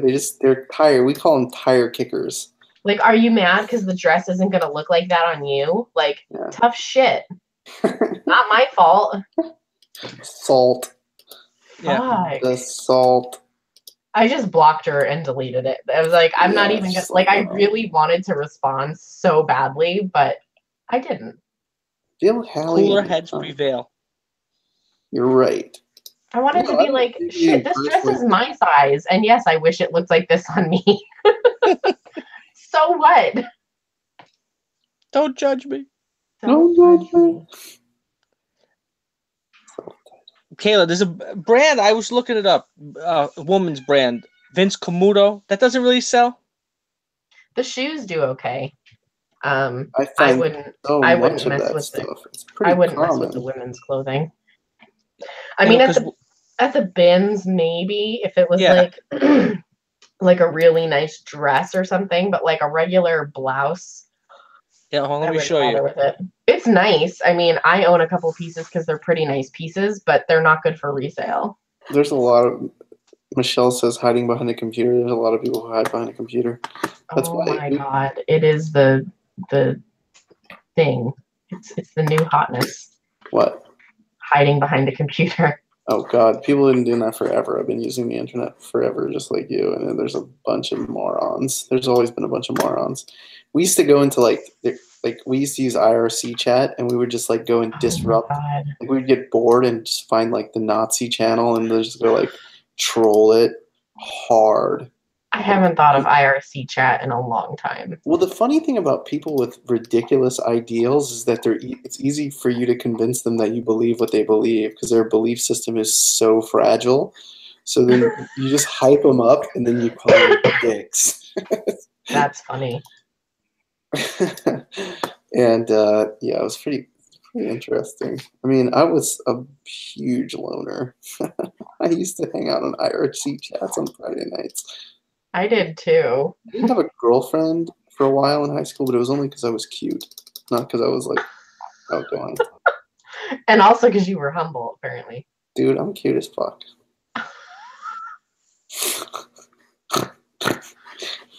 Oh God. Drumology, Buddy Lou Hamp. Buddy Lou Hamp What Zuddy. are you listing? What are these worth? These are old Buddy Lou Hamp. Oh God. What are they worth? A good amount of money. These are like originals. These are original vinyls. In they're 45s in the hard cases. Some of the earlier ones. And you know that I bought them for $1 and they'll sell for like 30 probably. Some of them are worth a lot. See, look, this one sold for. Oh no, that's not right. Let me see. No, there's not a lot for sale. Let me see what's for sale. Some of them are really rare. Okay, here it is. This one is this is a later version. So this one's like $15, but I think Rob fell into his death pile and died. oh, he just went back on the other channel. He's got shit to talk. Yeah. All right, so I was hoping I just bought all of these for $1, and I didn't think any of them were worth particularly much. One of them turned out to be worth like 30, which is good. And then I just deleted one of the pictures, so I have to figure that out.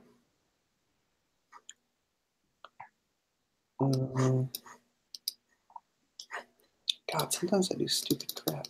You can't undo it if you delete a picture by accident on eBay. It's gone. See, this one sells for like $30. And that one's in much worse shape. There's not another one. These are pretty rare, it looks like. So the condition is everything, and these are in really, really good condition. You can see, you try to get a little reflection of the light onto the... Mm-hmm. So you can see that it doesn't have a bunch of scratches and stuff. Exactly. The condition of the sleeve. I don't sell a ton of records. I want to get them cheap, and they need to be like kind of specialty, you know? Because they're just... Mommy. Record collecting has kind of gone out the window, I think. What are you showing me? Oh, he just disappeared and like into his death pile for real. I'm like, yeah, no, he disappeared. I thought you meant he. Yeah, because I need to talk to you because I got some women's stuff here. I need to talk to you. So you can't figure it out. Now, what do you? This is all bin stuff, so you know, no real cost really. Yeah, I mean, you know, a couple bucks. What is this here? Like a drawstring waist dress. That's old J. Crew. This is old, really? 2010. Fall 2010? 2010, that said. Oh, how'd you know that? It was on the back. No, you were just holding it up to the screen, and it said Oh, FA yeah, okay. 2010. So I'm psychic. Yeah, so for women's, they don't wear clothes. I mean, it's fine. That's like $12 right there, you know? Really? That's it? All right. Oh, yeah. New J. Crew. J. Crew blazers are really good. Women's J. Crew schoolboy blazers are money. It's a woman's, but called the schoolboy. It's called the schoolboy. Yeah, they have some other ones that do well too, but the schoolboy is like easy $50, like Really? instantly. Yeah. Because I do very well on the men's J. Crew Ludlow line. That does very good. See, I'm gonna like put that in my vault now because I never looked at Blazers, suits, the newest stuff. Even though it's not that expensive, it's kind of weird because it's not even really that expensive in the store, but you still get great money for it. Now, this I got here. I love going. You're always going to find something, cool stuff. Now, this I thought this was cute. You just don't want to sell it. You just want to keep it, I think. I just want to talk to Kayla. Oh. It says here, can you read this? It says Mary. Mary, yes. Mary made in Italy. So is that like, whenever I see made in Italy, I get it, Get a bony.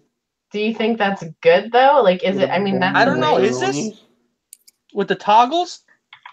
No. I mean, you're in the complete wrong season for it, but it's a brand. It's a real brand. Oh, well, says alpaca. That's good. That's good. That's good keywords. It looks like 25 to 40. Okay, I'll do 25 to 40 bad. for $1. That's not bad.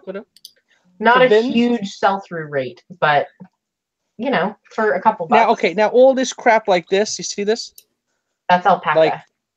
Do I leave that on or I got to shave that off? There's nothing you can do about that. If you put if you use a sticky thing on it, it'll come right back. It's alpaca. That's just what it does. Okay, so I'm going to leave it alone. Good, thank you. It's the same thing like mohair. If you have a mohair sweater, it's going to have all those little like fluffy, because it's a fucking rabbit or an alpaca. Everybody stop for a second. Everybody stop for a second. I want you to look at the screen, and I want everybody to look at this offer. I have these shoes for $69.99. Okay. There's 11 hours left, which means they've been listed for a minimum of 10 days.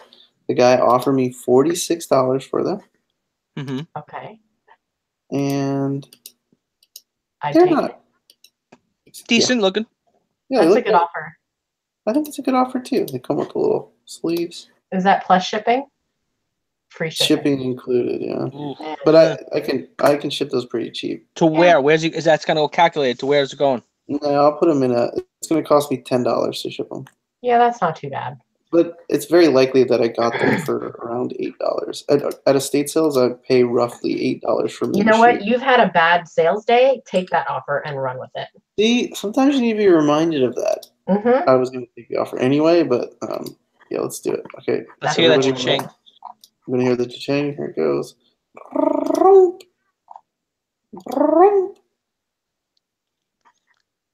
There it is. You've accepted the offer. Oh, cha-ching. Heard it. Heard it. Some guy in Iowa is getting shoes. That's true. Nice shoes too. I only put up like really good stuff when it comes to shoes. I really increased the quality of my shoe listing. The only reason I get returns on shoes, and I almost wanted to stop taking returns on shoes, is now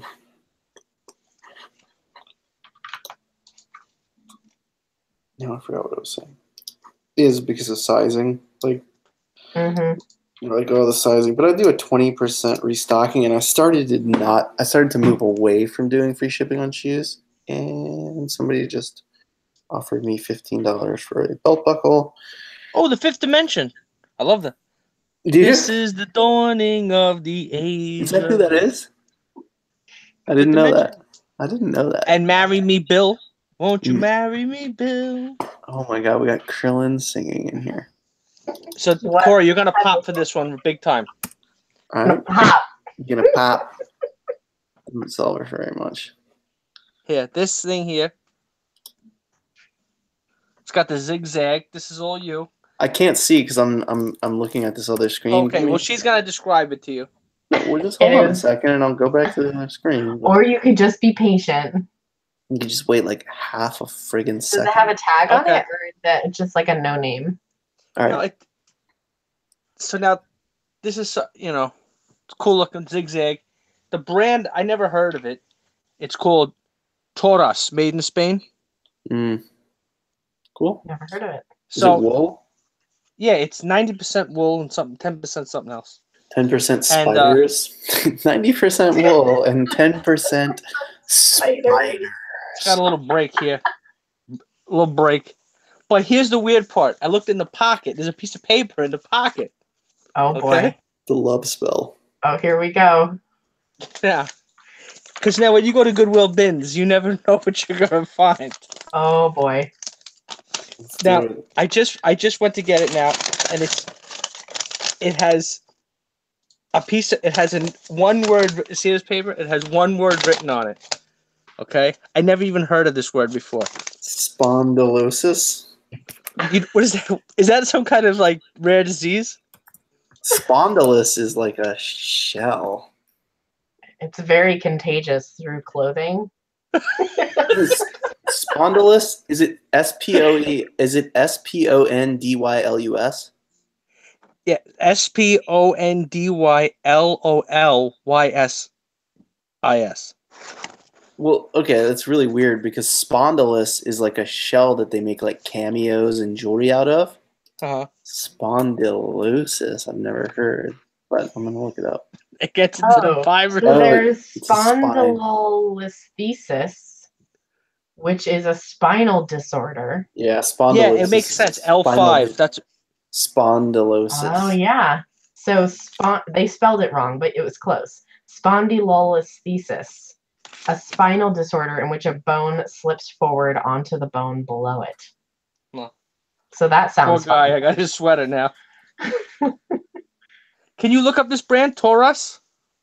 Oh Lord, I mean, here I we go. could, but you could too. I know, but my thing, I can't do it while I'm on the phone. Can't do it while I'm on the phone. Did they make fun of Oh, you on the wow. other channel? Holy shit. Don't. It really goes for good money. I'm not. I mean, these are leather jackets that I'm looking at. So let me find wool. But it looks like they make leather jackets that go for money.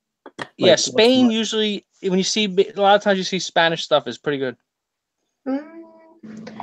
I mean, it ranges of like 20, 40. The leather stuff goes for like sometimes over 100.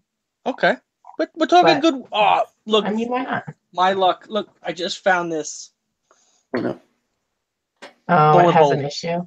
A bullet hole. There's a bullet That's hole. where he got his spondylolisthesis. Oh, but it's on the inside, so that's okay. It's on the inside. It's all okay. Yeah, if it's on the inside, then it doesn't matter. Okay. Well, I mean, you got to disclose it, but it's not a big deal, you know. What's on the inside doesn't matter. That's that's what we need to remind each other of. Yeah, she looks Inside clean. doesn't matter. Shut up.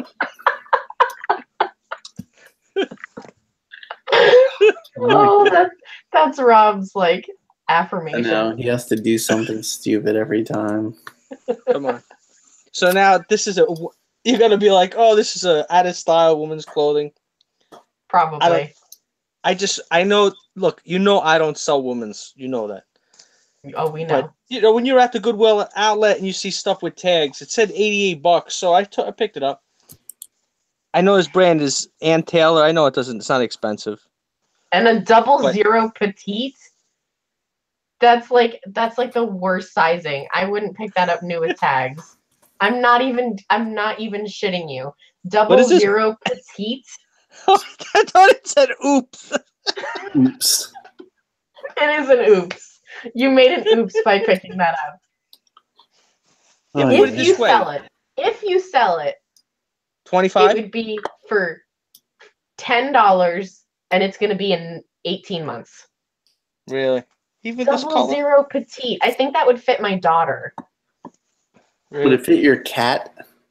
Probably. I'm going to buy it for QWERTY. Your cat scares So me. at outlet, you wouldn't pick this up with the tags on? No, I wouldn't. Really? Really? Maybe that's why it didn't because the sell. amount of time it's going to take to sell, it's going to sit in my inventory, taking up space that could be taken up by something worthwhile. By other junk. Okay. By other this junk I that know. will This sell. is a men's here. Corey, look how dope this basketball jersey is here. I can't see it. Hold on a second. Let me see. Oh, that's pretty cool. I like how it has a 1 on it. I hate sports stuff, by the way. I know, but it has a nice embroidery. So Hardwood I classics. just looked up 00 petite and Taylor skirt, right? Yeah. New with tags, $9.99. Yeah. There's a couple that are going for higher, but they're new. They're new designs, not new with Okay. tags. They're like current style. That's old. Yeah. Oh, All yeah. right. All right. Well, that's what you're here for, you know. Here. Now this jersey here. Kill your dreams. Nice. That's fine. You don't like it. This. I know you like this pinstripe. It looks sharp.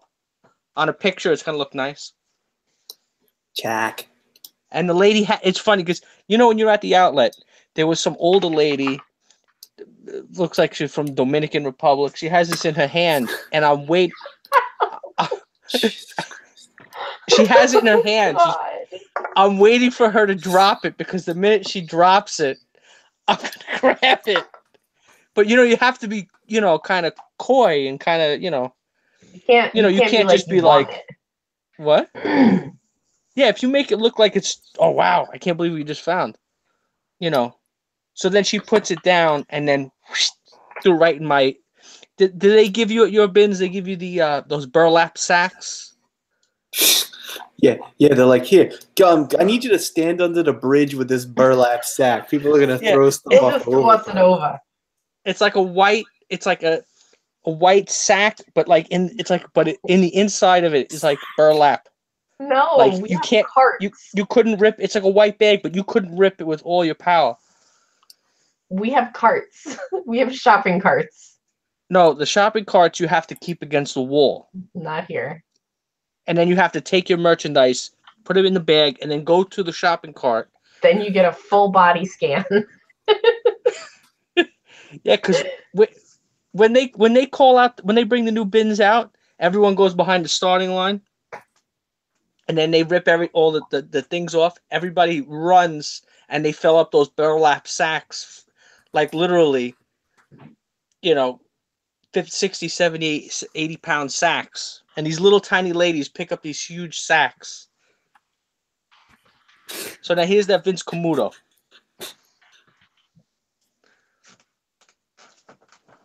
I mean, that's kind of a cute dress. That's like a cute color block dress. That's now, nice. Would you call this a sweater dress or no? Yes. Okay. Color block sweater dress. Color block sweater dress. So in 9 months when you list it, try to remember that. Yeah. Like, yeah. When September comes around, I'm going to be texting you. What do you call this thing again? What do you call this thing over here? Because I have another sweater dress that's so far buried I could never get to it. No. It's a brand which is better, Vince, not Vince Camuto. Yeah, no, Vince. And it's like a turtleneck sweater dress. It's like a turtleneck. It's a turd neck sweater. Michelle wants you to say sack some more. She wants to say sacks. No sacks, like a sack. Get over here. Burlap sacks. Burlap sacks. Burlap sacks. Turtle sacks. Turtle sacks. Sorry. But when I first got in there, I got there at 1:00 on Sunday. And when you get there at 1:00, that's when they do the new bin rotation at 1. That's when they do So it. when I got there was the whole long line. There was like 60 people in front of me behind that starting gate. I just imagine they have like a shotgun and they're like. It literally is like they should have a guy with a shotgun. To shoot it. They have big signs in there that I was laughing at. Big sign says no running, but the running is not for the kids, it's for the adults. Of course it is. There's literally, and you're all cramped up like this.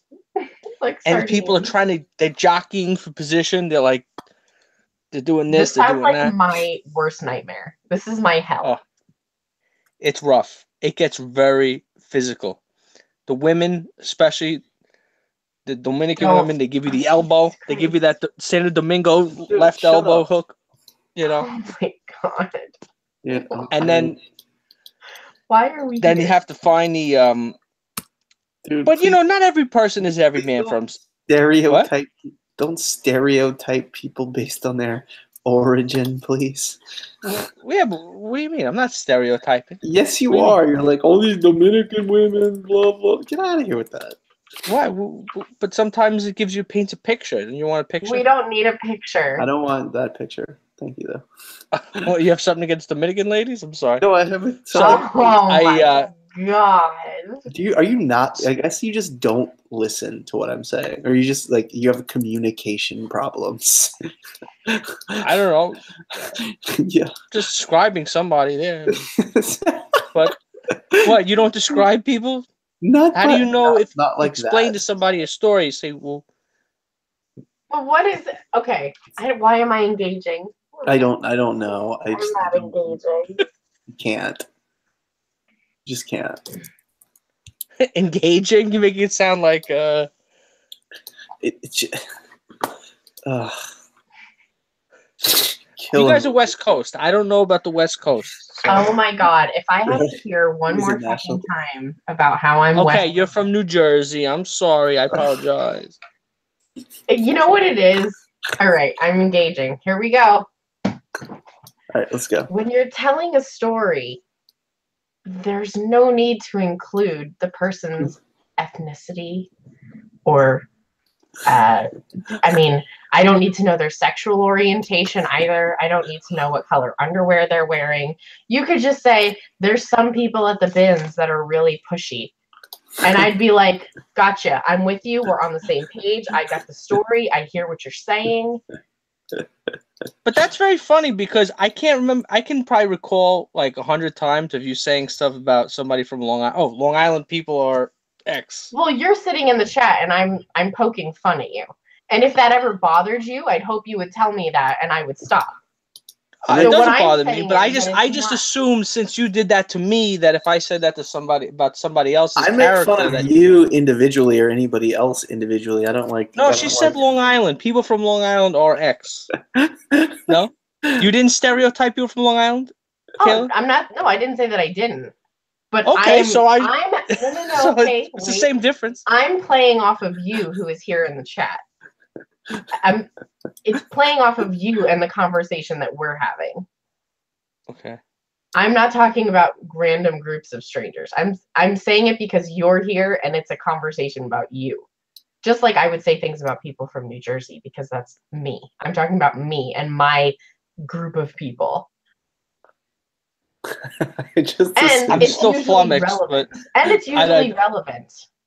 So the nationality of the person next to you at the bins is not relevant. Are these people? These people they live in the United States. They're U.S. citizens, right? Probably not.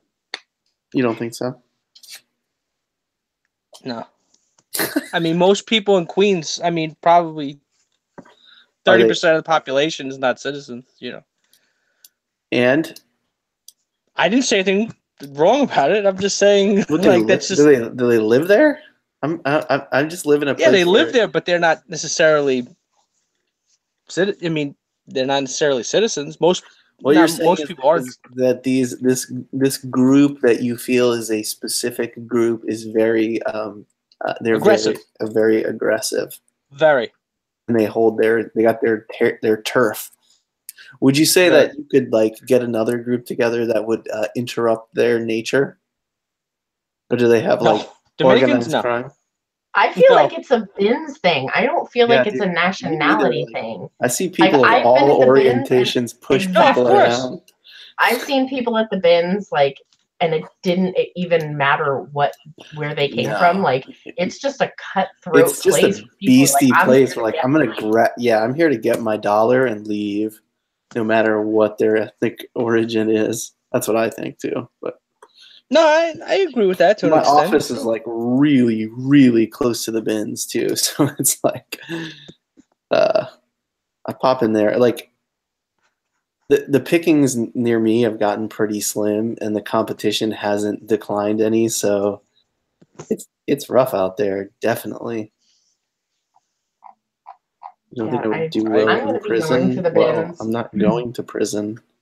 Hopefully. I'm going to go to the bins next week in Denver. Ooh, Denver. So, Denver. I'm going. I'm very excited. Although I've heard someone told me today that the bins have been real weak there, like the past couple weeks. So I'm kind of like, But I'm still excited. We're going to go to other thrift stores, not just the bins, but I'm excited to explore another thrift location. Yeah, I would think there's a lot of like outdoor stuff, ski stuff that could Supposedly, like some really good high-end stuff goes through those bins, and their thrift stores are very reasonably priced. Well, Colorado has some very wealthy areas in there. Mm-hmm. Vail, Colorado,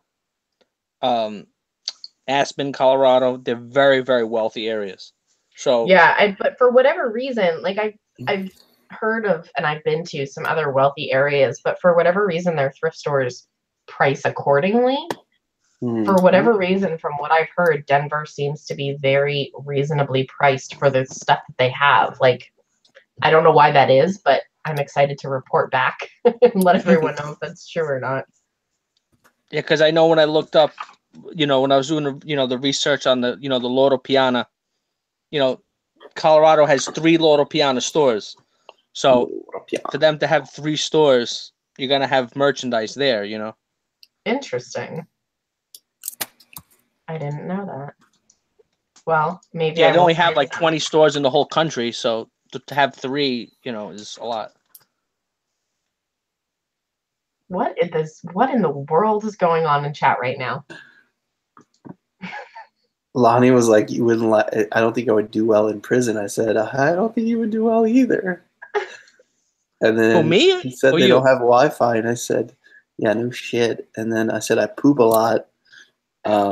And then he said they have toilets, so I said yes, like your mouth is a toilet. And then he said gross, which I think is funny. Lonnie's channel is the only one that I watch on YouTube. Corey and Lonnie were playing tennis. Michelle, and it's like I'm arguing with my younger brother. What? Lonnie? Yeah. We're both from Louisiana, right? That's why, yeah, of course. That's why you like to watch the video. You get to reminisce back in the good old days and say, "Oh, I knew that road." Yeah, no, I like to say I'm never going back there. Ever.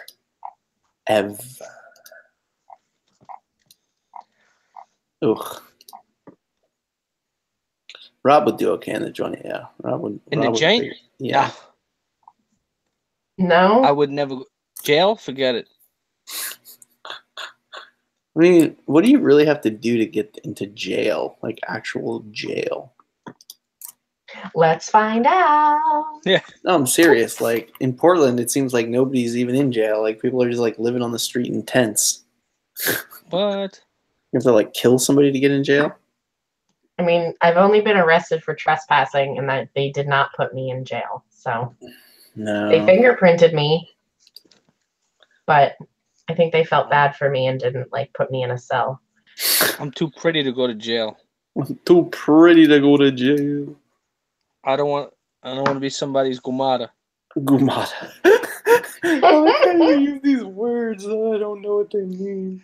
I ain't being someone's gumata. I'm not. Rob makes me want to rewatch Sopranos. Rob, get your ass in here and make gabagool in the toilet now. But of course, we know people who work in the jail. So if we have to go to jail, you get a little. I know how to get protection. Yeah, you can smuggle some cocaine in your butthole. No, I'm talking about just you can get people to protect you that you won't get beat up. Yeah, but then you're their bitch, man. You got to turn out your pocket, and they rename you. They call you Robin. No, I'm talking about Robin. I'm talking about the screws, the security. Oh, I would want to figure out a way to have somebody who is powerful there. I would like to have a bank account where I'm like, hey, listen, we're putting this money. You can like see, like, I don't want you fucking with me, but I'll pay you $1,000 a week if anybody fucks with me. Kill them. Yeah. My old boss's father, who was good friends with Henry Hill, right? I don't know who that is. So, you don't know Henry Hill? I don't know anything. I'm an idiot. Dude, Henry, and you never saw Goodfellas? Yeah, maybe. I don't watch a lot of Uh, movies or TV or anything like that. Anyway, Henry, Kayla, you know who Henry Hill is, of course, right? I mean, it's been a while, but I'm Never familiar. Goodfellas. Yes, I'm familiar. Okay. Anyway, the guy, his name is Henry, right? He's the narrator of the story. Anyway, my old boss's father was good friends with him, so he had gone. He went away to college. That's what they call it. They say, "Oh, I was in college." So, like when my old boss, his father, when someone would come in the restaurant, right? He'd hug and he'd kiss somebody, right? And they say, "Hey, Ray, how do you know this guy?" "Yeah, we went to college together." But this guy didn't go to college. This guy can't even read and write. Forget about it. College means, we were. They just say it differently. Anyway, so what would happen is they would know when they would go away to college, right? They would go to like Attica or one of those places up there, up the river, Ossining, Sing Sing, up the Hudson River. They would the security guards, they would take care of them. Let's say, like he was telling me a story about, one of the security guards needed new tires for their car, right? So he'd write on a piece of paper, "Go see this guy, he's in Westchester, blah blah blah, drive down there, give him this card, and then he'll put brand new tires on your car." You know? So this way, you know, tell him you know me, blah, blah, blah. This way, when he comes, back up, they'll take care of you. They'll make sure that, you got to do what you got to do, and then you get 4 brand new tires, you know. But that's in prison. And then he would take care of other guys. Like, he was telling me stories like guys that were like the contractors that would fix things, that they would actually break stuff, like break the toilet, break the lights, because the contractors would come in and they would charge the state to repair the stuff. They got paid to fix like the toilet, right? Hundreds of dollars, whatever. And then they would kick money back to the mob guys for breaking the stuff inside the prison. This is so shady. Yeah. Well, he's in prison, so and I mean, and this wasn't even, he killed a couple of guys too, but in the old days it was a lot different. People used to get away. You would kill people, and they would get away with it. There was no, DNA testing, and there was no. In the 1950s and 60s, they didn't have that. Somebody, actually, if somebody gets hit by a bus, oh, the guy tripped on the sidewalk, not he was God. nudged. You know what I mean? Of course. That was in the in the old days. And now he has to tell, now I'm selling stuff for him on eBay because he's never, because these guys, they did those kind of hustles back in the 60s and 70s and stuff, but they never really paid taxes. So now when they're like 80 years old, they don't have like a social security. You know what I mean? They get like a little tiny, because the more you work, you pay into social security, you get a bigger social security check, whatever. That's how it works. So if they never really worked, now it's like, and now they can't go out and hustle because they're Old men. but they have their old stories that will never go away. You can look at some of these guys, like some guy who's in some kind of gang or something. He goes out and whacks somebody. He goes to prison for 40 years or 30 years. It's like, you're not even like, that's crazy stuff, man. Human beings like shock me to the core sometimes. What people are capable of. Sure. It's fucking crazy. Yeah, but he only did like, cheers. Salud. He only did like 5 years in jail, I think. That was it. 4 years.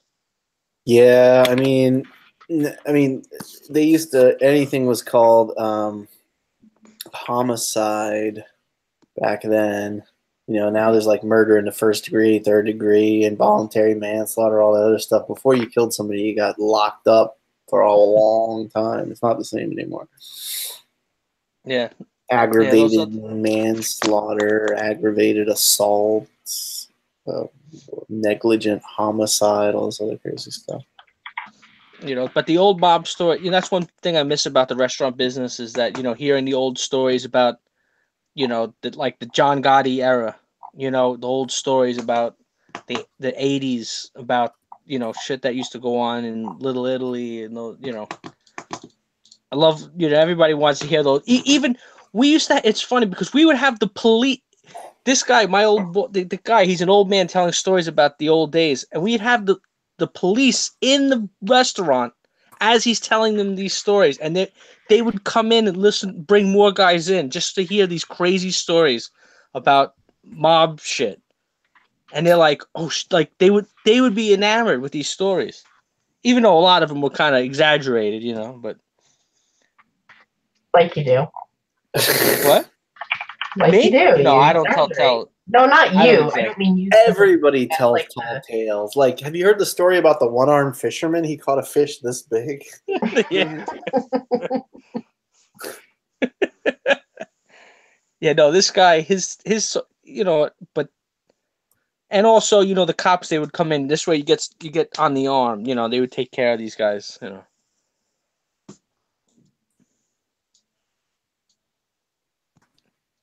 You know, you got to get taken care of. We're trying That's to what I miss convince about people business. in the chat to come to eBay Open. Oh yeah, everybody should come to eBay Open, even if you don't. Just come stay at the Mandalay Bay, and if you don't care about eBay, just like hang out. CES? No, it's not during CES. There was some other show. This was really funny at the last eBay Open. Some guys were talking about business or e-commerce or something, and so I just jumped in the conversation in the elevator, and we were all talking. Walk out of the elevator, keep talking, and he's like, "What do you think about Jet.com?" And I was like, "Well, it's kind of like Amazon took a dump and it tried to grow into an Amazon baby or something." Like, I was like, "It's not relevant because it's like trying to be." And he's like, "Oh, I'm one of the head developers at Jet.com," and I'm like, "Oh." Awesome. I would never buy anything from that platform. Why Yeah, would I you're a buy developer from of that website. I don't know anybody who buys from. Oh, that piece of crap. Who the fuck's ever heard of Jet.com? I have never heard of it. And like, what do they sell? Like pukey bags for the, you know, like what do you get, like sanitizer for the toilet back there? They were just excited that they got a 3-letter URL. Yeah, I would rather it think be cum.com. The best e-commerce site ever. I'm not going there. If I'm not clicking that. If Amazon decided to be called cum.com.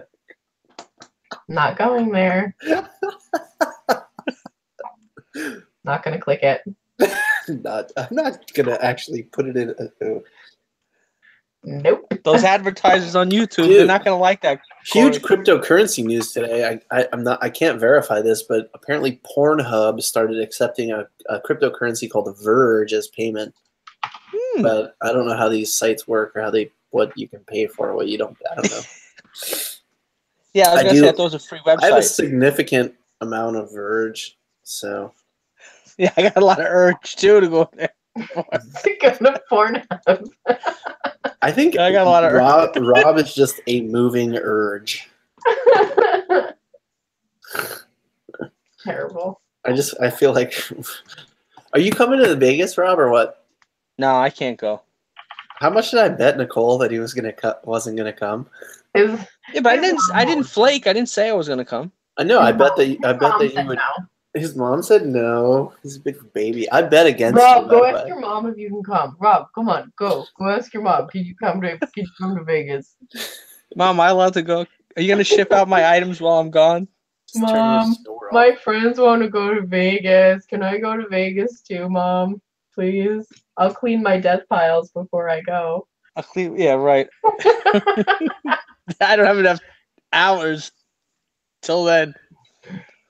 How many hours did you work today, Rob? What? I don't even. Not much. No. Shocked. Yeah, I was gonna do some listings, but but then I got high. I was gonna Lonnie has a do question. Lonnie wants to know, how much would you have to get to go to Vegas? Like, if people started giving you money, what's the number? Sort of pay like a GoFundMe for Rob to go to Vegas. No, We I need a wouldn't give GoFundMe no just money. to get Rob on Instagram. And that's Yeah, no. free. Nah, I would. Nah, I'm not. Honestly, I'm not really interested in going. Why? I'm just really not, to be honest. Okay. It's okay. It's okay. It's cool. You know, we're not trying to make I'm you not nervous. really into like the bit. You know, like You're here for I know a it's not, reason, and I know you though. told me it's not, but I just have that feeling in my head. It's like those. You know, when Walmart has those stadiums and they rent it out, and they have all those people like, woo. No, it's not You know like what I'm that talking at about? all. No, it isn't like No, that. No. I know you say it's not, but I just.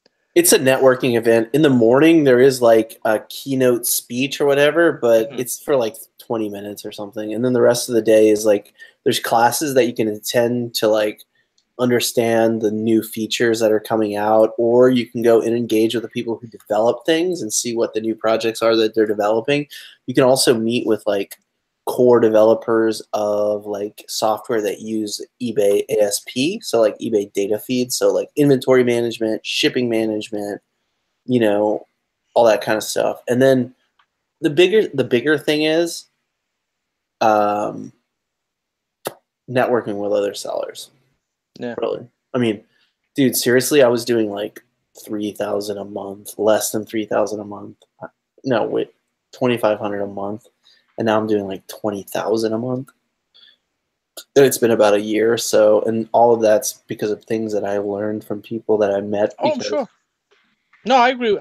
Because I took that leap, I think. And it's not because I went there, it's because I took advantage of what I learned and kept it going forward. It wasn't, it's not like you're going to go to the eBay Open, sit at a chair, eat crackers, and then come back a millionaire. Obviously. It's like, woo, I know how to flip. Yeah. And when is it? It's in July or something? The end of July. Oy vey. July in the summer? None of that is going to happen.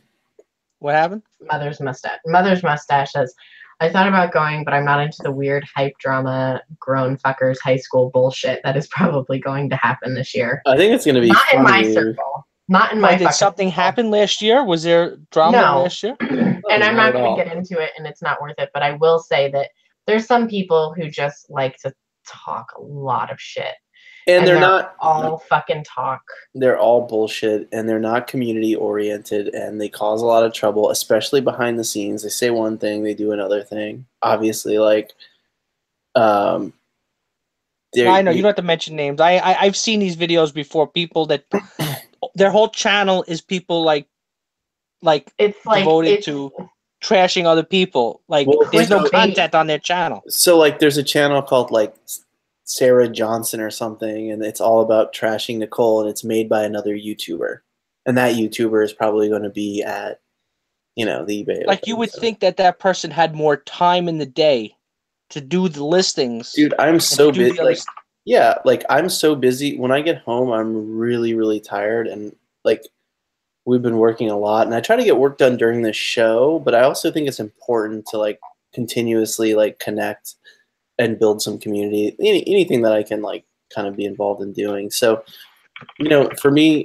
this is a little bit different, but yeah, exactly. Like, you're going around like messing with people's lives and existence. Yeah, it does bother me to, like, when I seen some of these videos, and I'm like, oh, that turd.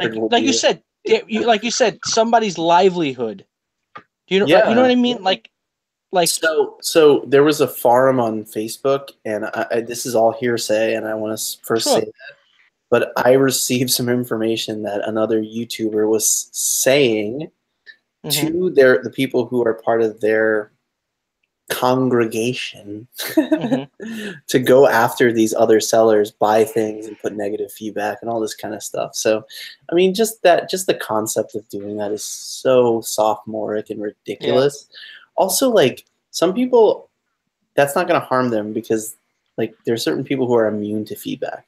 Like you can't leave them positive. You can't leave them negative feedback because they can get it removed. Yeah.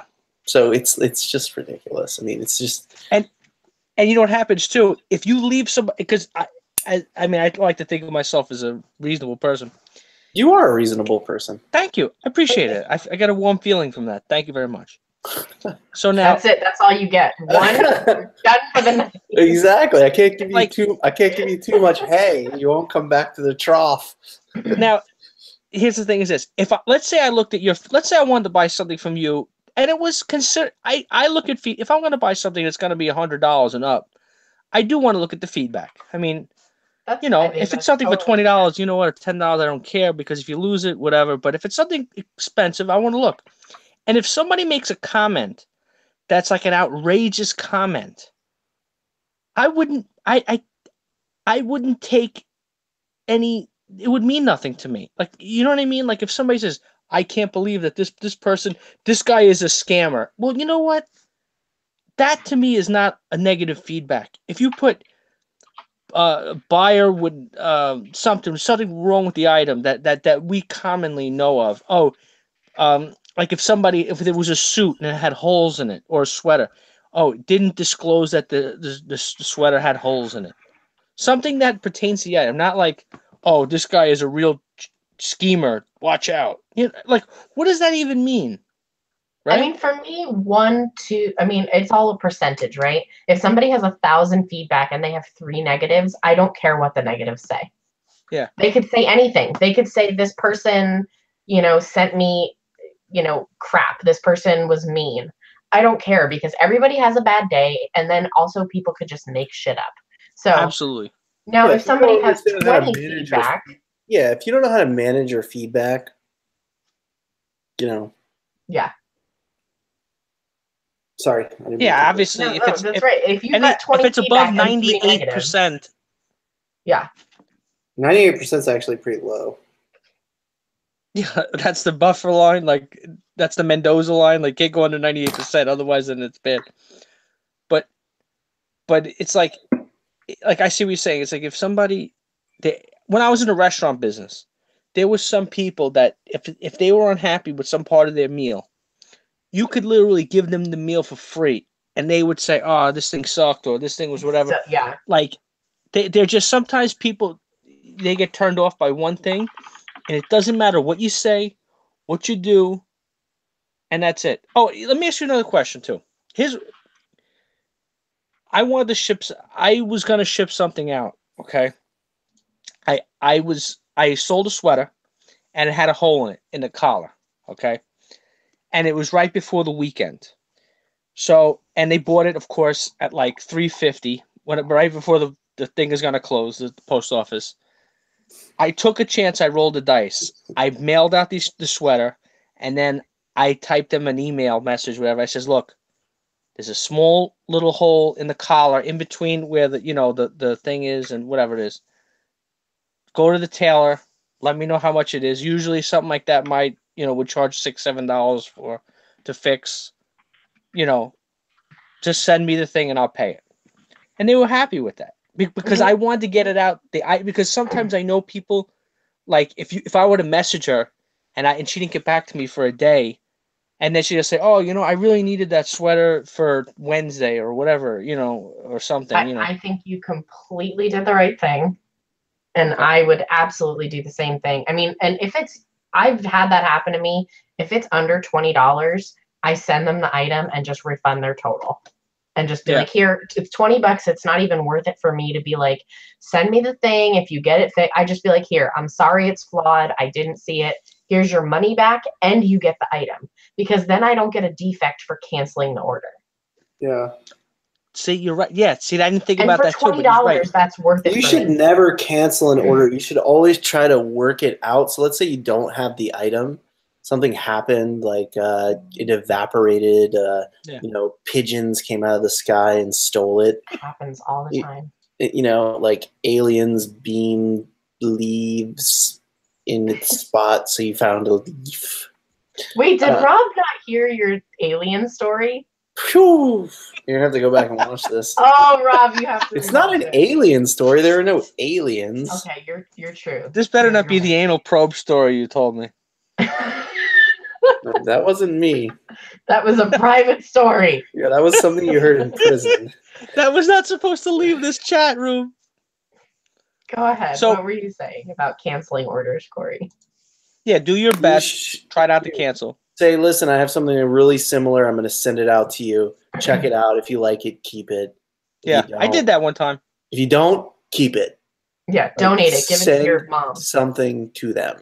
Do not send them an order.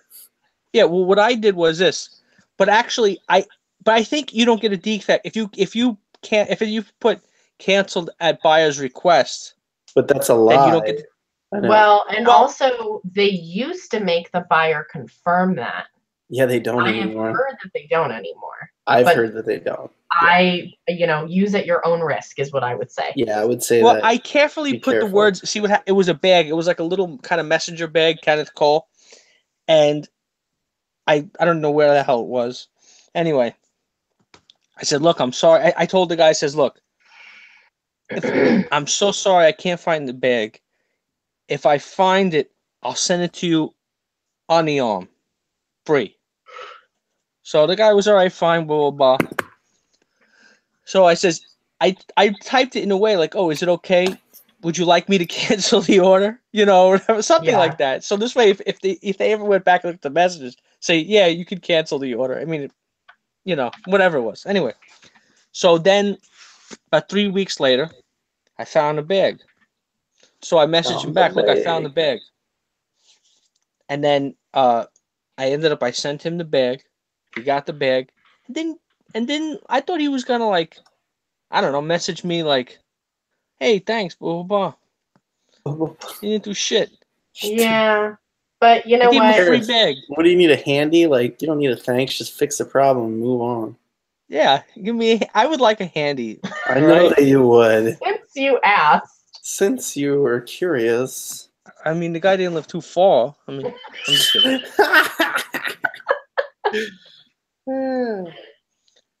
And you got your cat. My cat won't even come upstairs now. My cat won't leave me alone. He wants to be sitting on my keyboard, like right in front of me. But why don't you get a friend for him? He is an alpha cat. He is almost 10 years old. He has no interest in having another cat in this house. How do you know? Because I used to have 2 cats when I was with my ex, and Cordy almost killed the other cat. Oh, damn. Hated him. Like, made that poor cat. Maybe if he finds a nice little young kitten, he'll like him. He'll eat him. That's what it was. We brought in a second kitten. He was only like 12 weeks old. Yeah. And QWERTY, like, damn near killed him multiple times. Nice. Oh, you don't have his claws taken out either? No, because it's cruel. It is cruel, I think. I don't know. It's like cutting off your knuckles, like your fingers at the knuckle. That's what that's like. Yeah. Oh, So and no. it's not cruel to have him beating the crap out of another cat? Well, that's why. No, that's part of the reason we got rid of the separated. cat. Okay, but I'm just saying, you know. But mostly, I mean, you know, they got over trying to kill each other, but they were never content with each other. Yeah, we'll have cats that they're not content, you know, but they got to live with each other because, you know what, tough shit. But now, my other cat, all she wants to do is try to get out of the house. That's all she wants to do. Is that the one that got out? Yeah. Oh, yeah. So she got a taste of freedom, and she was like, "Fuck you so hard." So now, the other day, I'm going to take the garbage out. All right. So I take the garbage out, and now I come back. I go to come in, but she's got her head near the door. So if you open the door, she'll jump right out. She just wants to. Mm-hmm. So I have to open the door like an inch, right? And I got to take a broom handle, stick the broom handle in the door, and nudge her with the broom handle so she goes away so I can get in. Because if I open that door, she's going to be out like a bat out of hell. Mm-hmm. You know, she's going to be... So I'm like, oh my God, this cat. And if she gets out, you know, I was looking online, they have those things where you can track them. Yep. But then I'm like, you know, you got to, you know, but it has a battery on it. So it works off of like 3G cell phone service. So I'm like, wait a second. I don't even charge my own cell phone at the time. But I'm you gonna can remember get to her charge the. chipped. You could get her What? chipped. I know, but yeah, but the chip is only good if they find the cat Yeah. and then they scan. Yeah, but this cat, she didn't even want to go back into my house. Lonnie wants to talk quickly about solving like the shipping, like being out of something issue, and I think those things are really important. So I'd love to hear his I agree. perspective. More Is he important coming than on? cats. Yeah, I think he's gonna come on in just a second. But you can continue your story. I just wanted to make that Good. known. Bring him on. This Bring is him the triangle. Rob says it's okay, so he's allowed on. Lonnie, it's all right, my man. How you doing, buddy? Any friend of Lonnie's a friend of mine.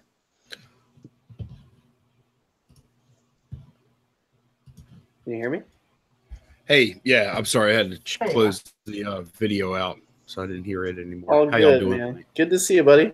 Good to see you, Corey. What's going on? Tell us. Tell us the story, Morning Glory. Oh, well, it's not a story. It's like just another way to handle it. I like what you said, to always be shipping something, right? Because they will put your. Can I use a curse word on your channel? Absolutely. I mean, eBay will put your Please, dick in the dirt. Yeah, dude, in a box. You'll have your dick in a box. Yeah. So, I mean, they will. Like, that's the one thing you can't do. But, like, I had something recently. I had bought 6 helmets, like Cold War helmets from Dirt Cheap. Okay. And my storage manager came by my storage unit when I was pulling stuff to ship one day. And he's like, "Oh, man, those are cool." And I'm like, "Hey, you want one?" And I gave him one, right? And that was like 6 months before. And then 6 months later, I sell my last one. And I didn't take the friggin' one that I gave my storage manager off of my Very simple mistake anybody could make. And it's not serious at all. Like, nobody lost anything. It shouldn't be business ending, which is what it is on eBay. Exactly. It's crazy. Okay, so continue. Okay, so the solution was there were millions of these things out in the world, right? Maybe hundreds of thousands. And yeah, I drop shipped it, right? I just went and found another one on eBay and I bought it. And actually, dude, I still made money. I made like somebody was selling it $5 cheaper than I was, you know? So I just bought it, put in my customer's address. I've done that a few times, like with like common shit, you know? Like, I know y'all don't sell a whole lot of common stuff, but like for something like that, where there's other stuff like that out in the world, you could just buy one from somebody else. Yeah. I've totally done that. I'm all about solving the problem. I'm just really all about solving the problem. And that is like very, very good advice. There's one problem with that advice, and it's not a serious problem, but it does contribute. So eBay won't let you use the same tracking number for multiple orders. True. Yep. So you cannot have tracking. No, so you get a ding. You have to mark it as shipped, and you can't put the tracking in. You're right. There's a way around that, though. You make a little first class 4-ounce thing, and nope. You go into where you're looking at your orders, and you have your own order numbers. They're usually like 3 or 4 digits. You click on that, and you change it to local pickup, and then it won't ding your metric. But you have to do it before you ship it and before it needs to be shipped. Oh, no kidding. Okay, that's good advice, man. Do you want to screen share and show you how it works? Here, I'll show you. Sure. This is like a super secret too, and it's not. I mean, it's for you don't want to do it all the time. You don't want to. Well, no, I mean that's a very. You don't want to blare any alarms. I mean, all of these things are things that, like, if you're ever in a bind, is when you'd want to use this. You don't want to do this all the time. Not do this because you didn't do the right thing. I wonder how many times we have ordered. Like the people that are right here, right now, have ordered something like whatever, just like a 1,000 labels or something, right? And then the shipper didn't have it, and they ended up going through a whole bunch of hoops to get that shit delivered, and we didn't even know it. It was transparent, you know. Exactly. All right, check it out. So can you see my screen? Yeah. I'm just gonna quickly lock on it so it doesn't move. Okay, so check this out. So you click on this record number. See, mine's like 3,300. So this is the 3,300th order. I'm sorry, it showed the person's information. I'm gonna have to. Oh, it's my neighborhood. I have to edit this later, but let me see if I can. I don't want to share anybody's personal information on the internet. I saw it already. I know. Here, right here, you change this to local pickup. Oh my God. I had no Whoa. idea that was even a thing. Dude, how many selections are there? That gee whiz. Freaking million! Look at that. Yeah. Holy God. cow. Is there an e-packet from China on there? Did I see that correctly? Yeah, dude. I don't even. I'm gonna crazy, right? Why are you looking up spinal stenosis? Spondylositis. Anyway, so if you have an emergency and you need to drop something, do that. But if you do that multiple times, they're gonna find out and they're not gonna like it. So see, I was trying to figure out how to do that with the jacket you bought from me. Because I was gonna bring it with me last week and I couldn't figure out how to do it. So I was like, I'm just shipping it to him. I don't know what I'm doing. Yeah, totally. So Corey, I wasn't paying like super close attention. You went to like the send invoice screen. So that was like the you go to your screen, bulk right? order screen. Okay. All your orders, so pinned orders that need to be shipped. And what'll happen is in blue, it'll be your order number. So eBay has an order number and you have an invoice number.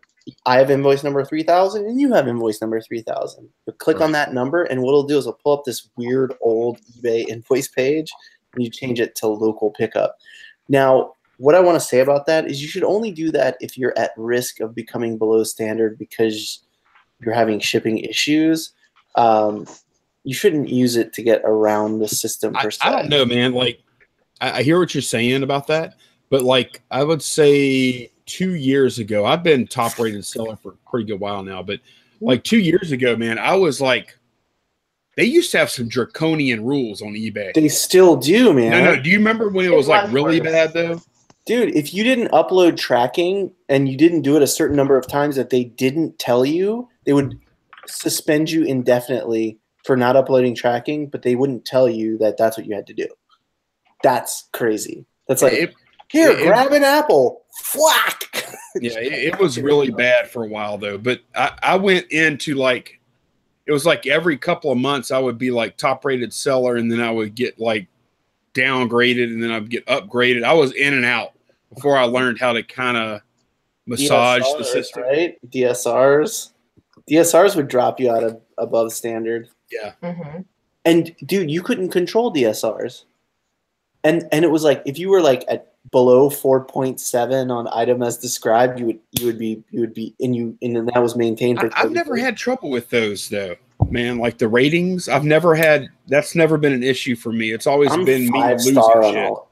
Yeah, but I mean, as a growing business like you or I, things are going to happen. We're going to have inventory issues sometimes. Learning curve. And they are just like, we don't care about your inventory issues. And it's like, well, how do I get around it? Because in a way, you have to be like, I need to understand how the rules work because if I do the wrong thing, I get like you just get like banned for no reason. I mean, so I think really what matters more than anything, and maybe Lonnie will kind of reflect on this, is like confidence in the platform. So a seller's confidence in the platform gauges how they can grow on the platform, and those type of draconian systems stop people from wanting to grow on the platform. Absolutely. It's only a certain number on the Facebook groups all day long. It's the only amount of like, why do I want $1 million of inventory that I spent $200,000 for if you can tell me I can't sell on the platform tomorrow because I, didn't ship a chicken sandwich to New Brunswick in time, whatever. Well, I tell you, man, like I see some horror stories, about people getting suspended or whatever. Mm-hmm. I got one. It's horrible. It really is. But my personal experience is that it's been pretty fair, just from my personal. Maybe I've been lucky, but I've sold. You have the premium account, Lonnie? The middle account? Okay. That's the one right below the anchor. Yeah. Yeah. Okay. So, maybe I've been lucky, but I mean, there's been a few times where I've sold counterfeit stuff.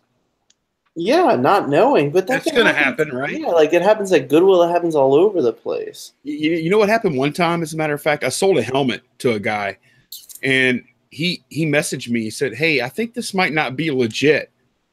And I'm like, really? I'm like, and I got kind of defensive, you know, like a porcupine. Got my, and I went and looked at my listing, and I noticed that it was spelled Davidson was actually spelled Davidson. There was an extra I.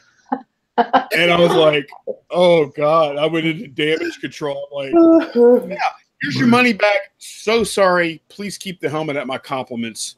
Yeah. And, I think that's a really good point, though, that you make there. And I think that's something that everyone needs to really take to heart is when a customer comes to us with an issue with something, I think our first reaction is to do that, like put the wall up and be like, how dare you think that I made a mistake? And we really need to understand that most people are good, and most people are probably just trying to say like, hey, I'm having an issue. How can you help me? And they may not be putting that to you in a way that you're able to like process properly at the time. But if you try to remember that they're not coming at you because they hate you and want you to fail at life, like they just want you to fix the problem that they're having. So if you're able to do that and put your walls down a little bit and take it as a constructive thing, sometimes you'll realize you were the one at fault. Exactly. And maybe if you're a little bit humble about it, your customer will be like, the person's human, they made a mistake, it's all good, hey, you know what, no hard feelings, thanks for fixing it. That's what I want to hear. A single transaction doesn't matter at all. It really doesn't. There's unless you're way out of your league on one trend. That's why. Yeah, if you're selling a Ferrari or something. You know? Well, that's what I mean, I've sold a few things where if that thing would have failed somehow, it would have really hurt. You know what I mean? But for the most part, I agree with you. Yeah. And man, we make mistakes, dude. Like I had another one, like it was a Disney DVD of all things. And this girl's like, I don't think the quality seems kind of bad. I went and looked at it. There was a misspelled word on the back of the DVD on the listing photo. And I'm like, I don't think Disney let that go. You know what I mean? Like, I think it's probably fake, Yes. And I think that buy and sell used shit. Yeah, I mean, coming from flea markets or wherever, we don't know. Exactly. And so here's the thing too. It's like if somebody makes a purchase, they get it, they complain, something happens, and you refund them, in the end, the transaction should be over. Once the money is returned back to the other person, there should be no ability for anything else to happen. Okay, you say that. Okay, I have a question for you then. Yeah. All right. Now, here's something that I'm coming up on because I'm kind of caught up with everything right now, and I've got some back stock I need to list. And I bought a very interesting item about a month ago. Okay. All right. I bought a parachute. A parachute. Cool. Yes. So it's like an actual full-size parachute. It's a real parachute. So I saw that video. So what do you think about that? Like you said, you just said if somebody has a problem with it. So like let's say a lady buys it for her husband and gives it to him, and then he's like, "Oh, great, a parachute!" And then he jumps out of a plane, and like the cord or whatever is dry rotted and it breaks, and then he dies. He splats and he dies. Right. Well, if you refund them, and then I say, "Here, lady, here's your money back for this $100 parachute." Well, I mean, you put in the listing for collectible parachute. use only, or so. Is it collectible from like the military, from like Vietnam or something? I mean, you could use the same logic to say you sold a toothbrush to somebody and they choked to death on it. I mean, yeah, but come on, man, it's a little bit. That's a stretch. I'm a little bit careful about. Like a parachute is different. Right? Yeah, but what Corey, I think Corey is trying to say is, look, if you were gonna use a used parachute, you would either bring it to somebody to check it out, or right? You wouldn't just say, "Oh, great." I'm actually talking about feedback and nothing else. That doesn't mean your liability isn't there. I'm saying if they got the parachute and they left you the feedback that somebody died because they used it, give them their money back. Yeah, well, you should. You're made whole again. I mean, $100. You definitely should give them their money back. No, I think that would be an insult. Giving their money back in that spot would be an insult. So you should keep their money instead. Yeah, dude, are you free? I would, if I'm not I think there's a thin line between, because I get approached by people who are full of shit and who get things in specific product categories. So we test all VCR DVD combos thoroughly, and that is a product class that people are fraudulent on in both Amazon and eBay. I don't know if you've had fraud yourself, Lonnie. I've sold like 4, I think, in the past month, and I haven't had any lately. So, how many have you sold total? Overall, not a whole lot. Okay, so I've sold probably I don't have a big sample size. 600 to 700. I don't have that kind of sample size for sure. Oh, dude, there's a group of scammers who open them up, take parts, say they don't work. That's easy, right? That's easy. Absolutely easy. Yeah. Some people say, well, you can do this or you can do that, and there's really no way to avoid it. There's just like, it's their word against yours. You can do it. You can do a lot of. Amazon's really bad, really bad, so bad. I hired this service. So, have you heard of Refunds Manager? No. Did you sell on Amazon? I have. I'm not currently selling on Amazon. I have before.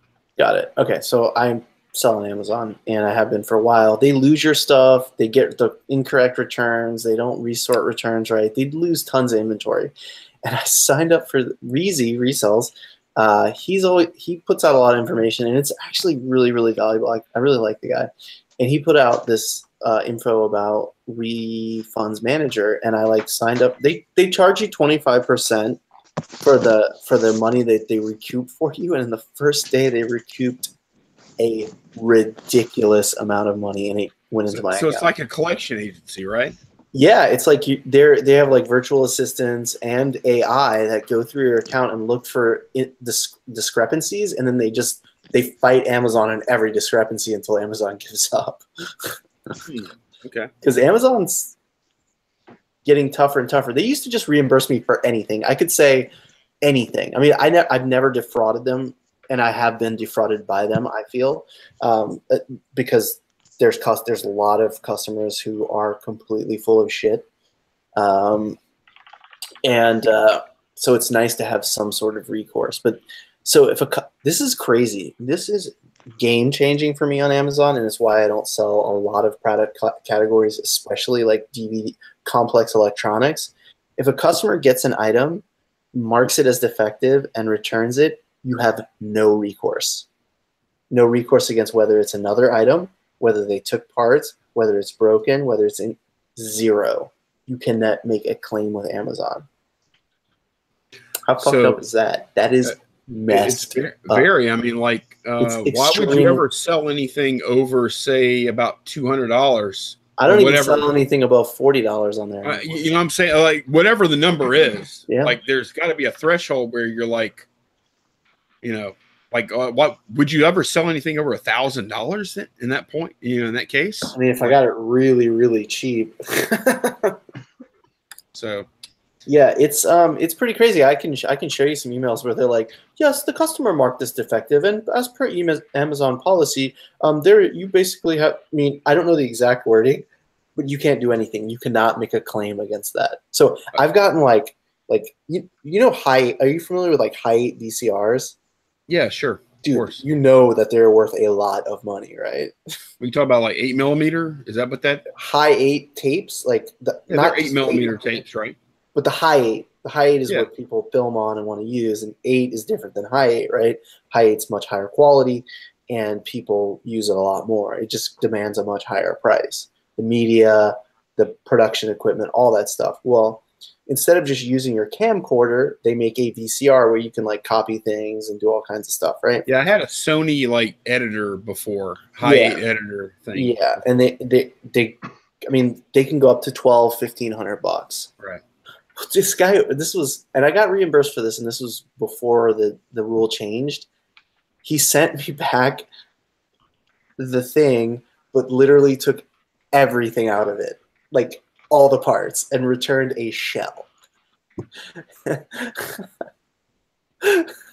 I'm like, the way I got him to reimburse me is like I weighed the box. I was like, okay, this is the box weight, and this is the weight that hello, McFly. And it was FBA? Yeah, FBA. So they had their own weight in their system. But they accepted it back. I had to wait until they put it back in inventory, then sent it back to me.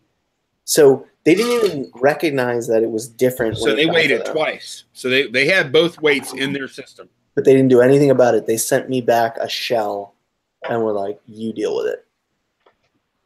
And it's like I said. Now I would have to eat that because he marked it as defective, right? I mean, I'm sure they monitor like whether people are marking things as defective, but anybody can have multiple accounts. Well, I mean, they probably look at it like at some point, what are they going to do? Are they going to call Judge Wapner in? Are you going to have an episode of People's Court to figure out he said, she said? You know what I'm saying? Like, where does it end? Like, how do they figure this there's out? just proof. Like when something goes out and it weighs 15 pounds and it comes back and it weighs 4. In that case, yeah, for sure. But they still didn't do anything. But like, let's say you would have sent out like a perfectly good unit, and they would have had like a defective unit on hand that weighed the same, and they sent the defective one back to you. I mean, like, oh, I think Amazon does stuff like that. I think Amazon themselves does. So this is another thing that is proposed that they do, and I cannot confirm this. So let's say you have a box of, you like media, right?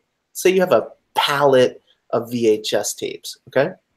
And you're like, oh, the price is $12.99. I have so many. I want to make $1 a piece. They're $9.99 or $6.99. You mark them well below the price that the market price. Well, all of a sudden they get lost, and Amazon reimburses you for everything. And then all of a sudden, Amazon Warehouse Deals is selling it. Yeah, like their own form of when they get lost, you don't get paid for them, or what? Absolutely, you do. Okay, so what would be the advantage of that to Amazon if they had to pay you?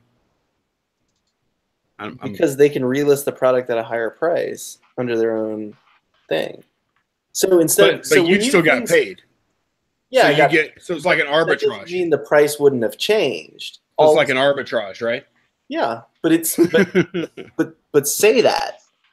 It's not that it got lost. It's that, oh, Amazon, we bought everything. Here's your check. I cannot confirm this, but there are multiple reports of very fishy things like that. That exact scenario happening. Many. Amazon's lost tons of my inventory. It just disappears. Let's see. Judge Wapner died in February of 2017. By the way, I'm sorry, we can't get him in here. We were that close, what percentage of Amazon's merchandise is third-party sellers? And how much now? Rob is butt naked. Rob, what are you wearing right now? What kind of show is this, Lonnie? You ask. Oh, wait! I see you got like a wife beater on. I got you. All right. Yeah. He's wearing a shirt made of prune. This is the political correct show over here. You can't say wife beater. Okay, tank top. So yeah, I'd prefer if you didn't say wife beater. Yeah. Not me, Lonnie. Not my rules. I don't make the rules here. No, actually, I make the rules, and it's only what you say that I censor, not what Lonnie says. Oh, so I'm targeted. Yeah, okay, correct. all right. Anyway, it's because you're from Long Island. My question to Lonnie was, Rob, can you at least sit up? I can't take you seriously right now. I know you're not. Go to bed. It's like you can 4 see a.m. half your eyeball or whatever. He's half asleep. Thank you, Rob. Appreciate it, man. All right. You're like, I can't talk to a wall. Well, he's like, have a little bit of respect. Sit up. Yeah, well, it's in California. It's like what, 8 o'clock at night? Nobody knows because nobody's in California. Listen, he's in Louisiana. It's like 2 o'clock in the morning. Yes, it is. It's 2:08 right now. I need to go to bed. Yeah, he's got kids that he has to like probably drive around in the morning. Yeah, I was going to ask you two questions. Number one, Lonnie, when you went on the trip and you guys went after the trip, the garage sale, your kids, they don't care. They don't mind going to the garage sales. Like they like that kind of stuff. They don't. They used to like it, and then like here's the problem, man. Like when I go out garage selling, I go out for like 5, 6, 7 hours. They like it for the first 2 hours.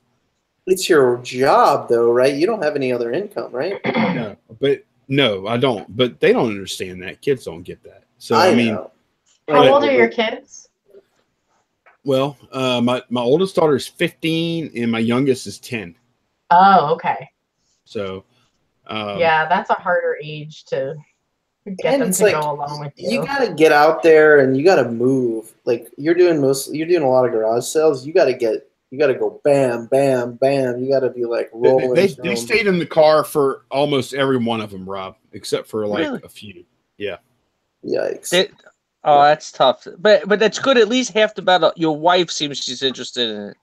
That's half the battle. That's won. She just kind of came on board. Like I've been watching her content for a while. I didn't see her until maybe like after the reseller rally and stuff. Maybe I don't think she really took the whole YouTube thing seriously until the reseller rally, and then she was like, "Yeah, I mean, because like I went to the reseller rally, and then we would be sitting there like whatever, and somebody would walk up, say, 'Hey, I love your videos, man.' It's like, and within that small little fishbowl that was that convention, like people know. Like, she's like, "Wow, you're kind of like a not a big deal. Like I'm not trying to say people know who you are. You're a part of the Right. community. It's cool. Right. They knew who I was there, and she was like, she kind of got it at that point, And then, to be honest with you, I don't like to talk about this, but like the AdSense checks have been pretty good. So that's like a serious, like not a serious thing, but it's like enough to be like relevant now, Absolutely. So well, you could. It's hard out there, man. I know where you live, and I know it's tough. So Very threatening, though. No. I know the area. It's not quite as tough as you're making it out to be. It's tougher than it is here. Definitely, it's tough. You got to get out there and do it, and you got to be very, very dedicated to it. And I think you are. But I'm saying, like, any other stream of income is really good. That's all.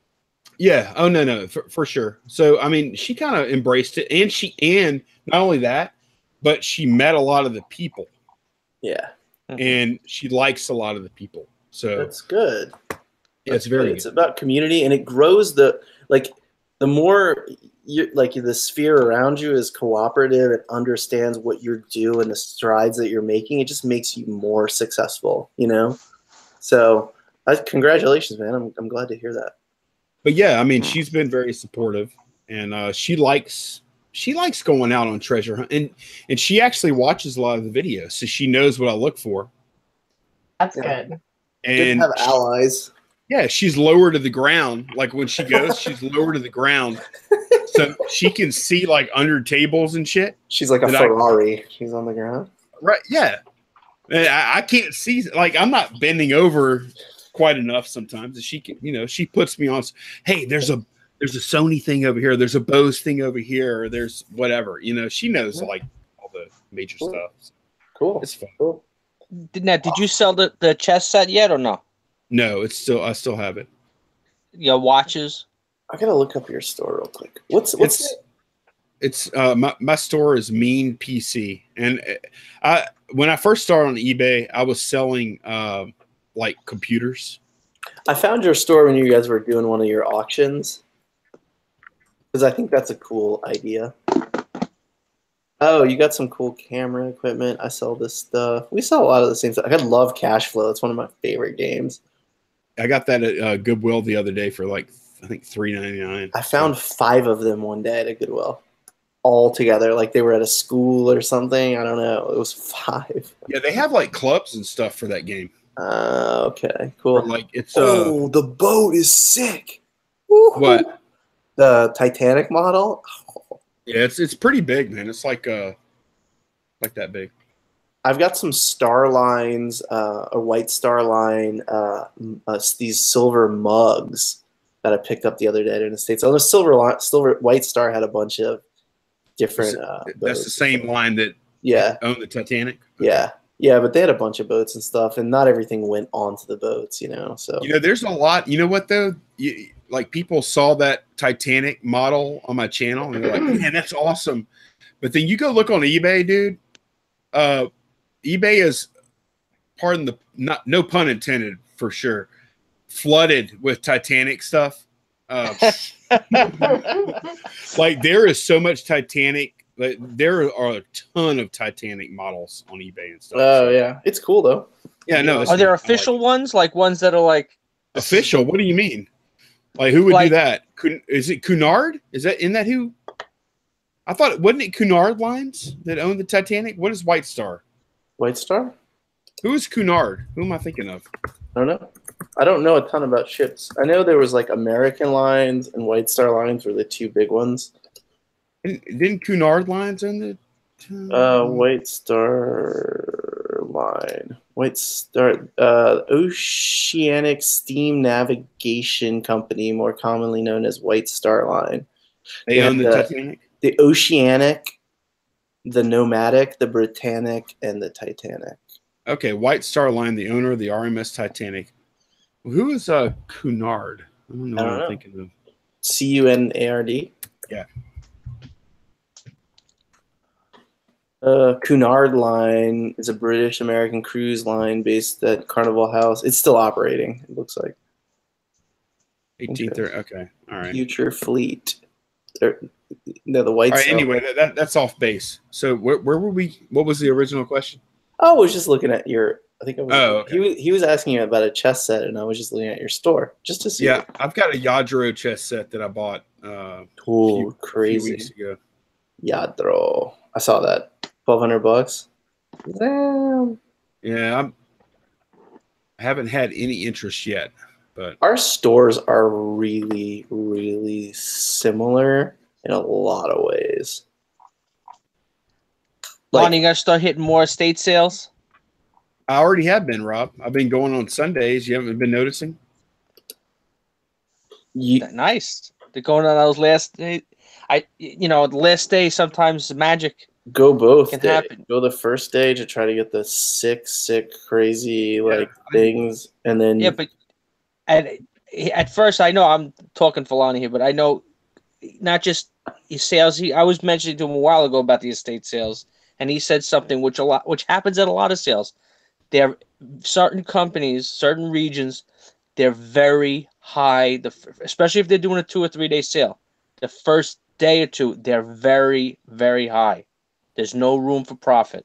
And then when the one you bought, what was the original price they had on there? That chess set. The chess set, the original price was $1,600. $1,600. And the first day, if you tried to walk in there and be like, "Oh, I'll pay you $800 or whatever," they would have told you to get lost.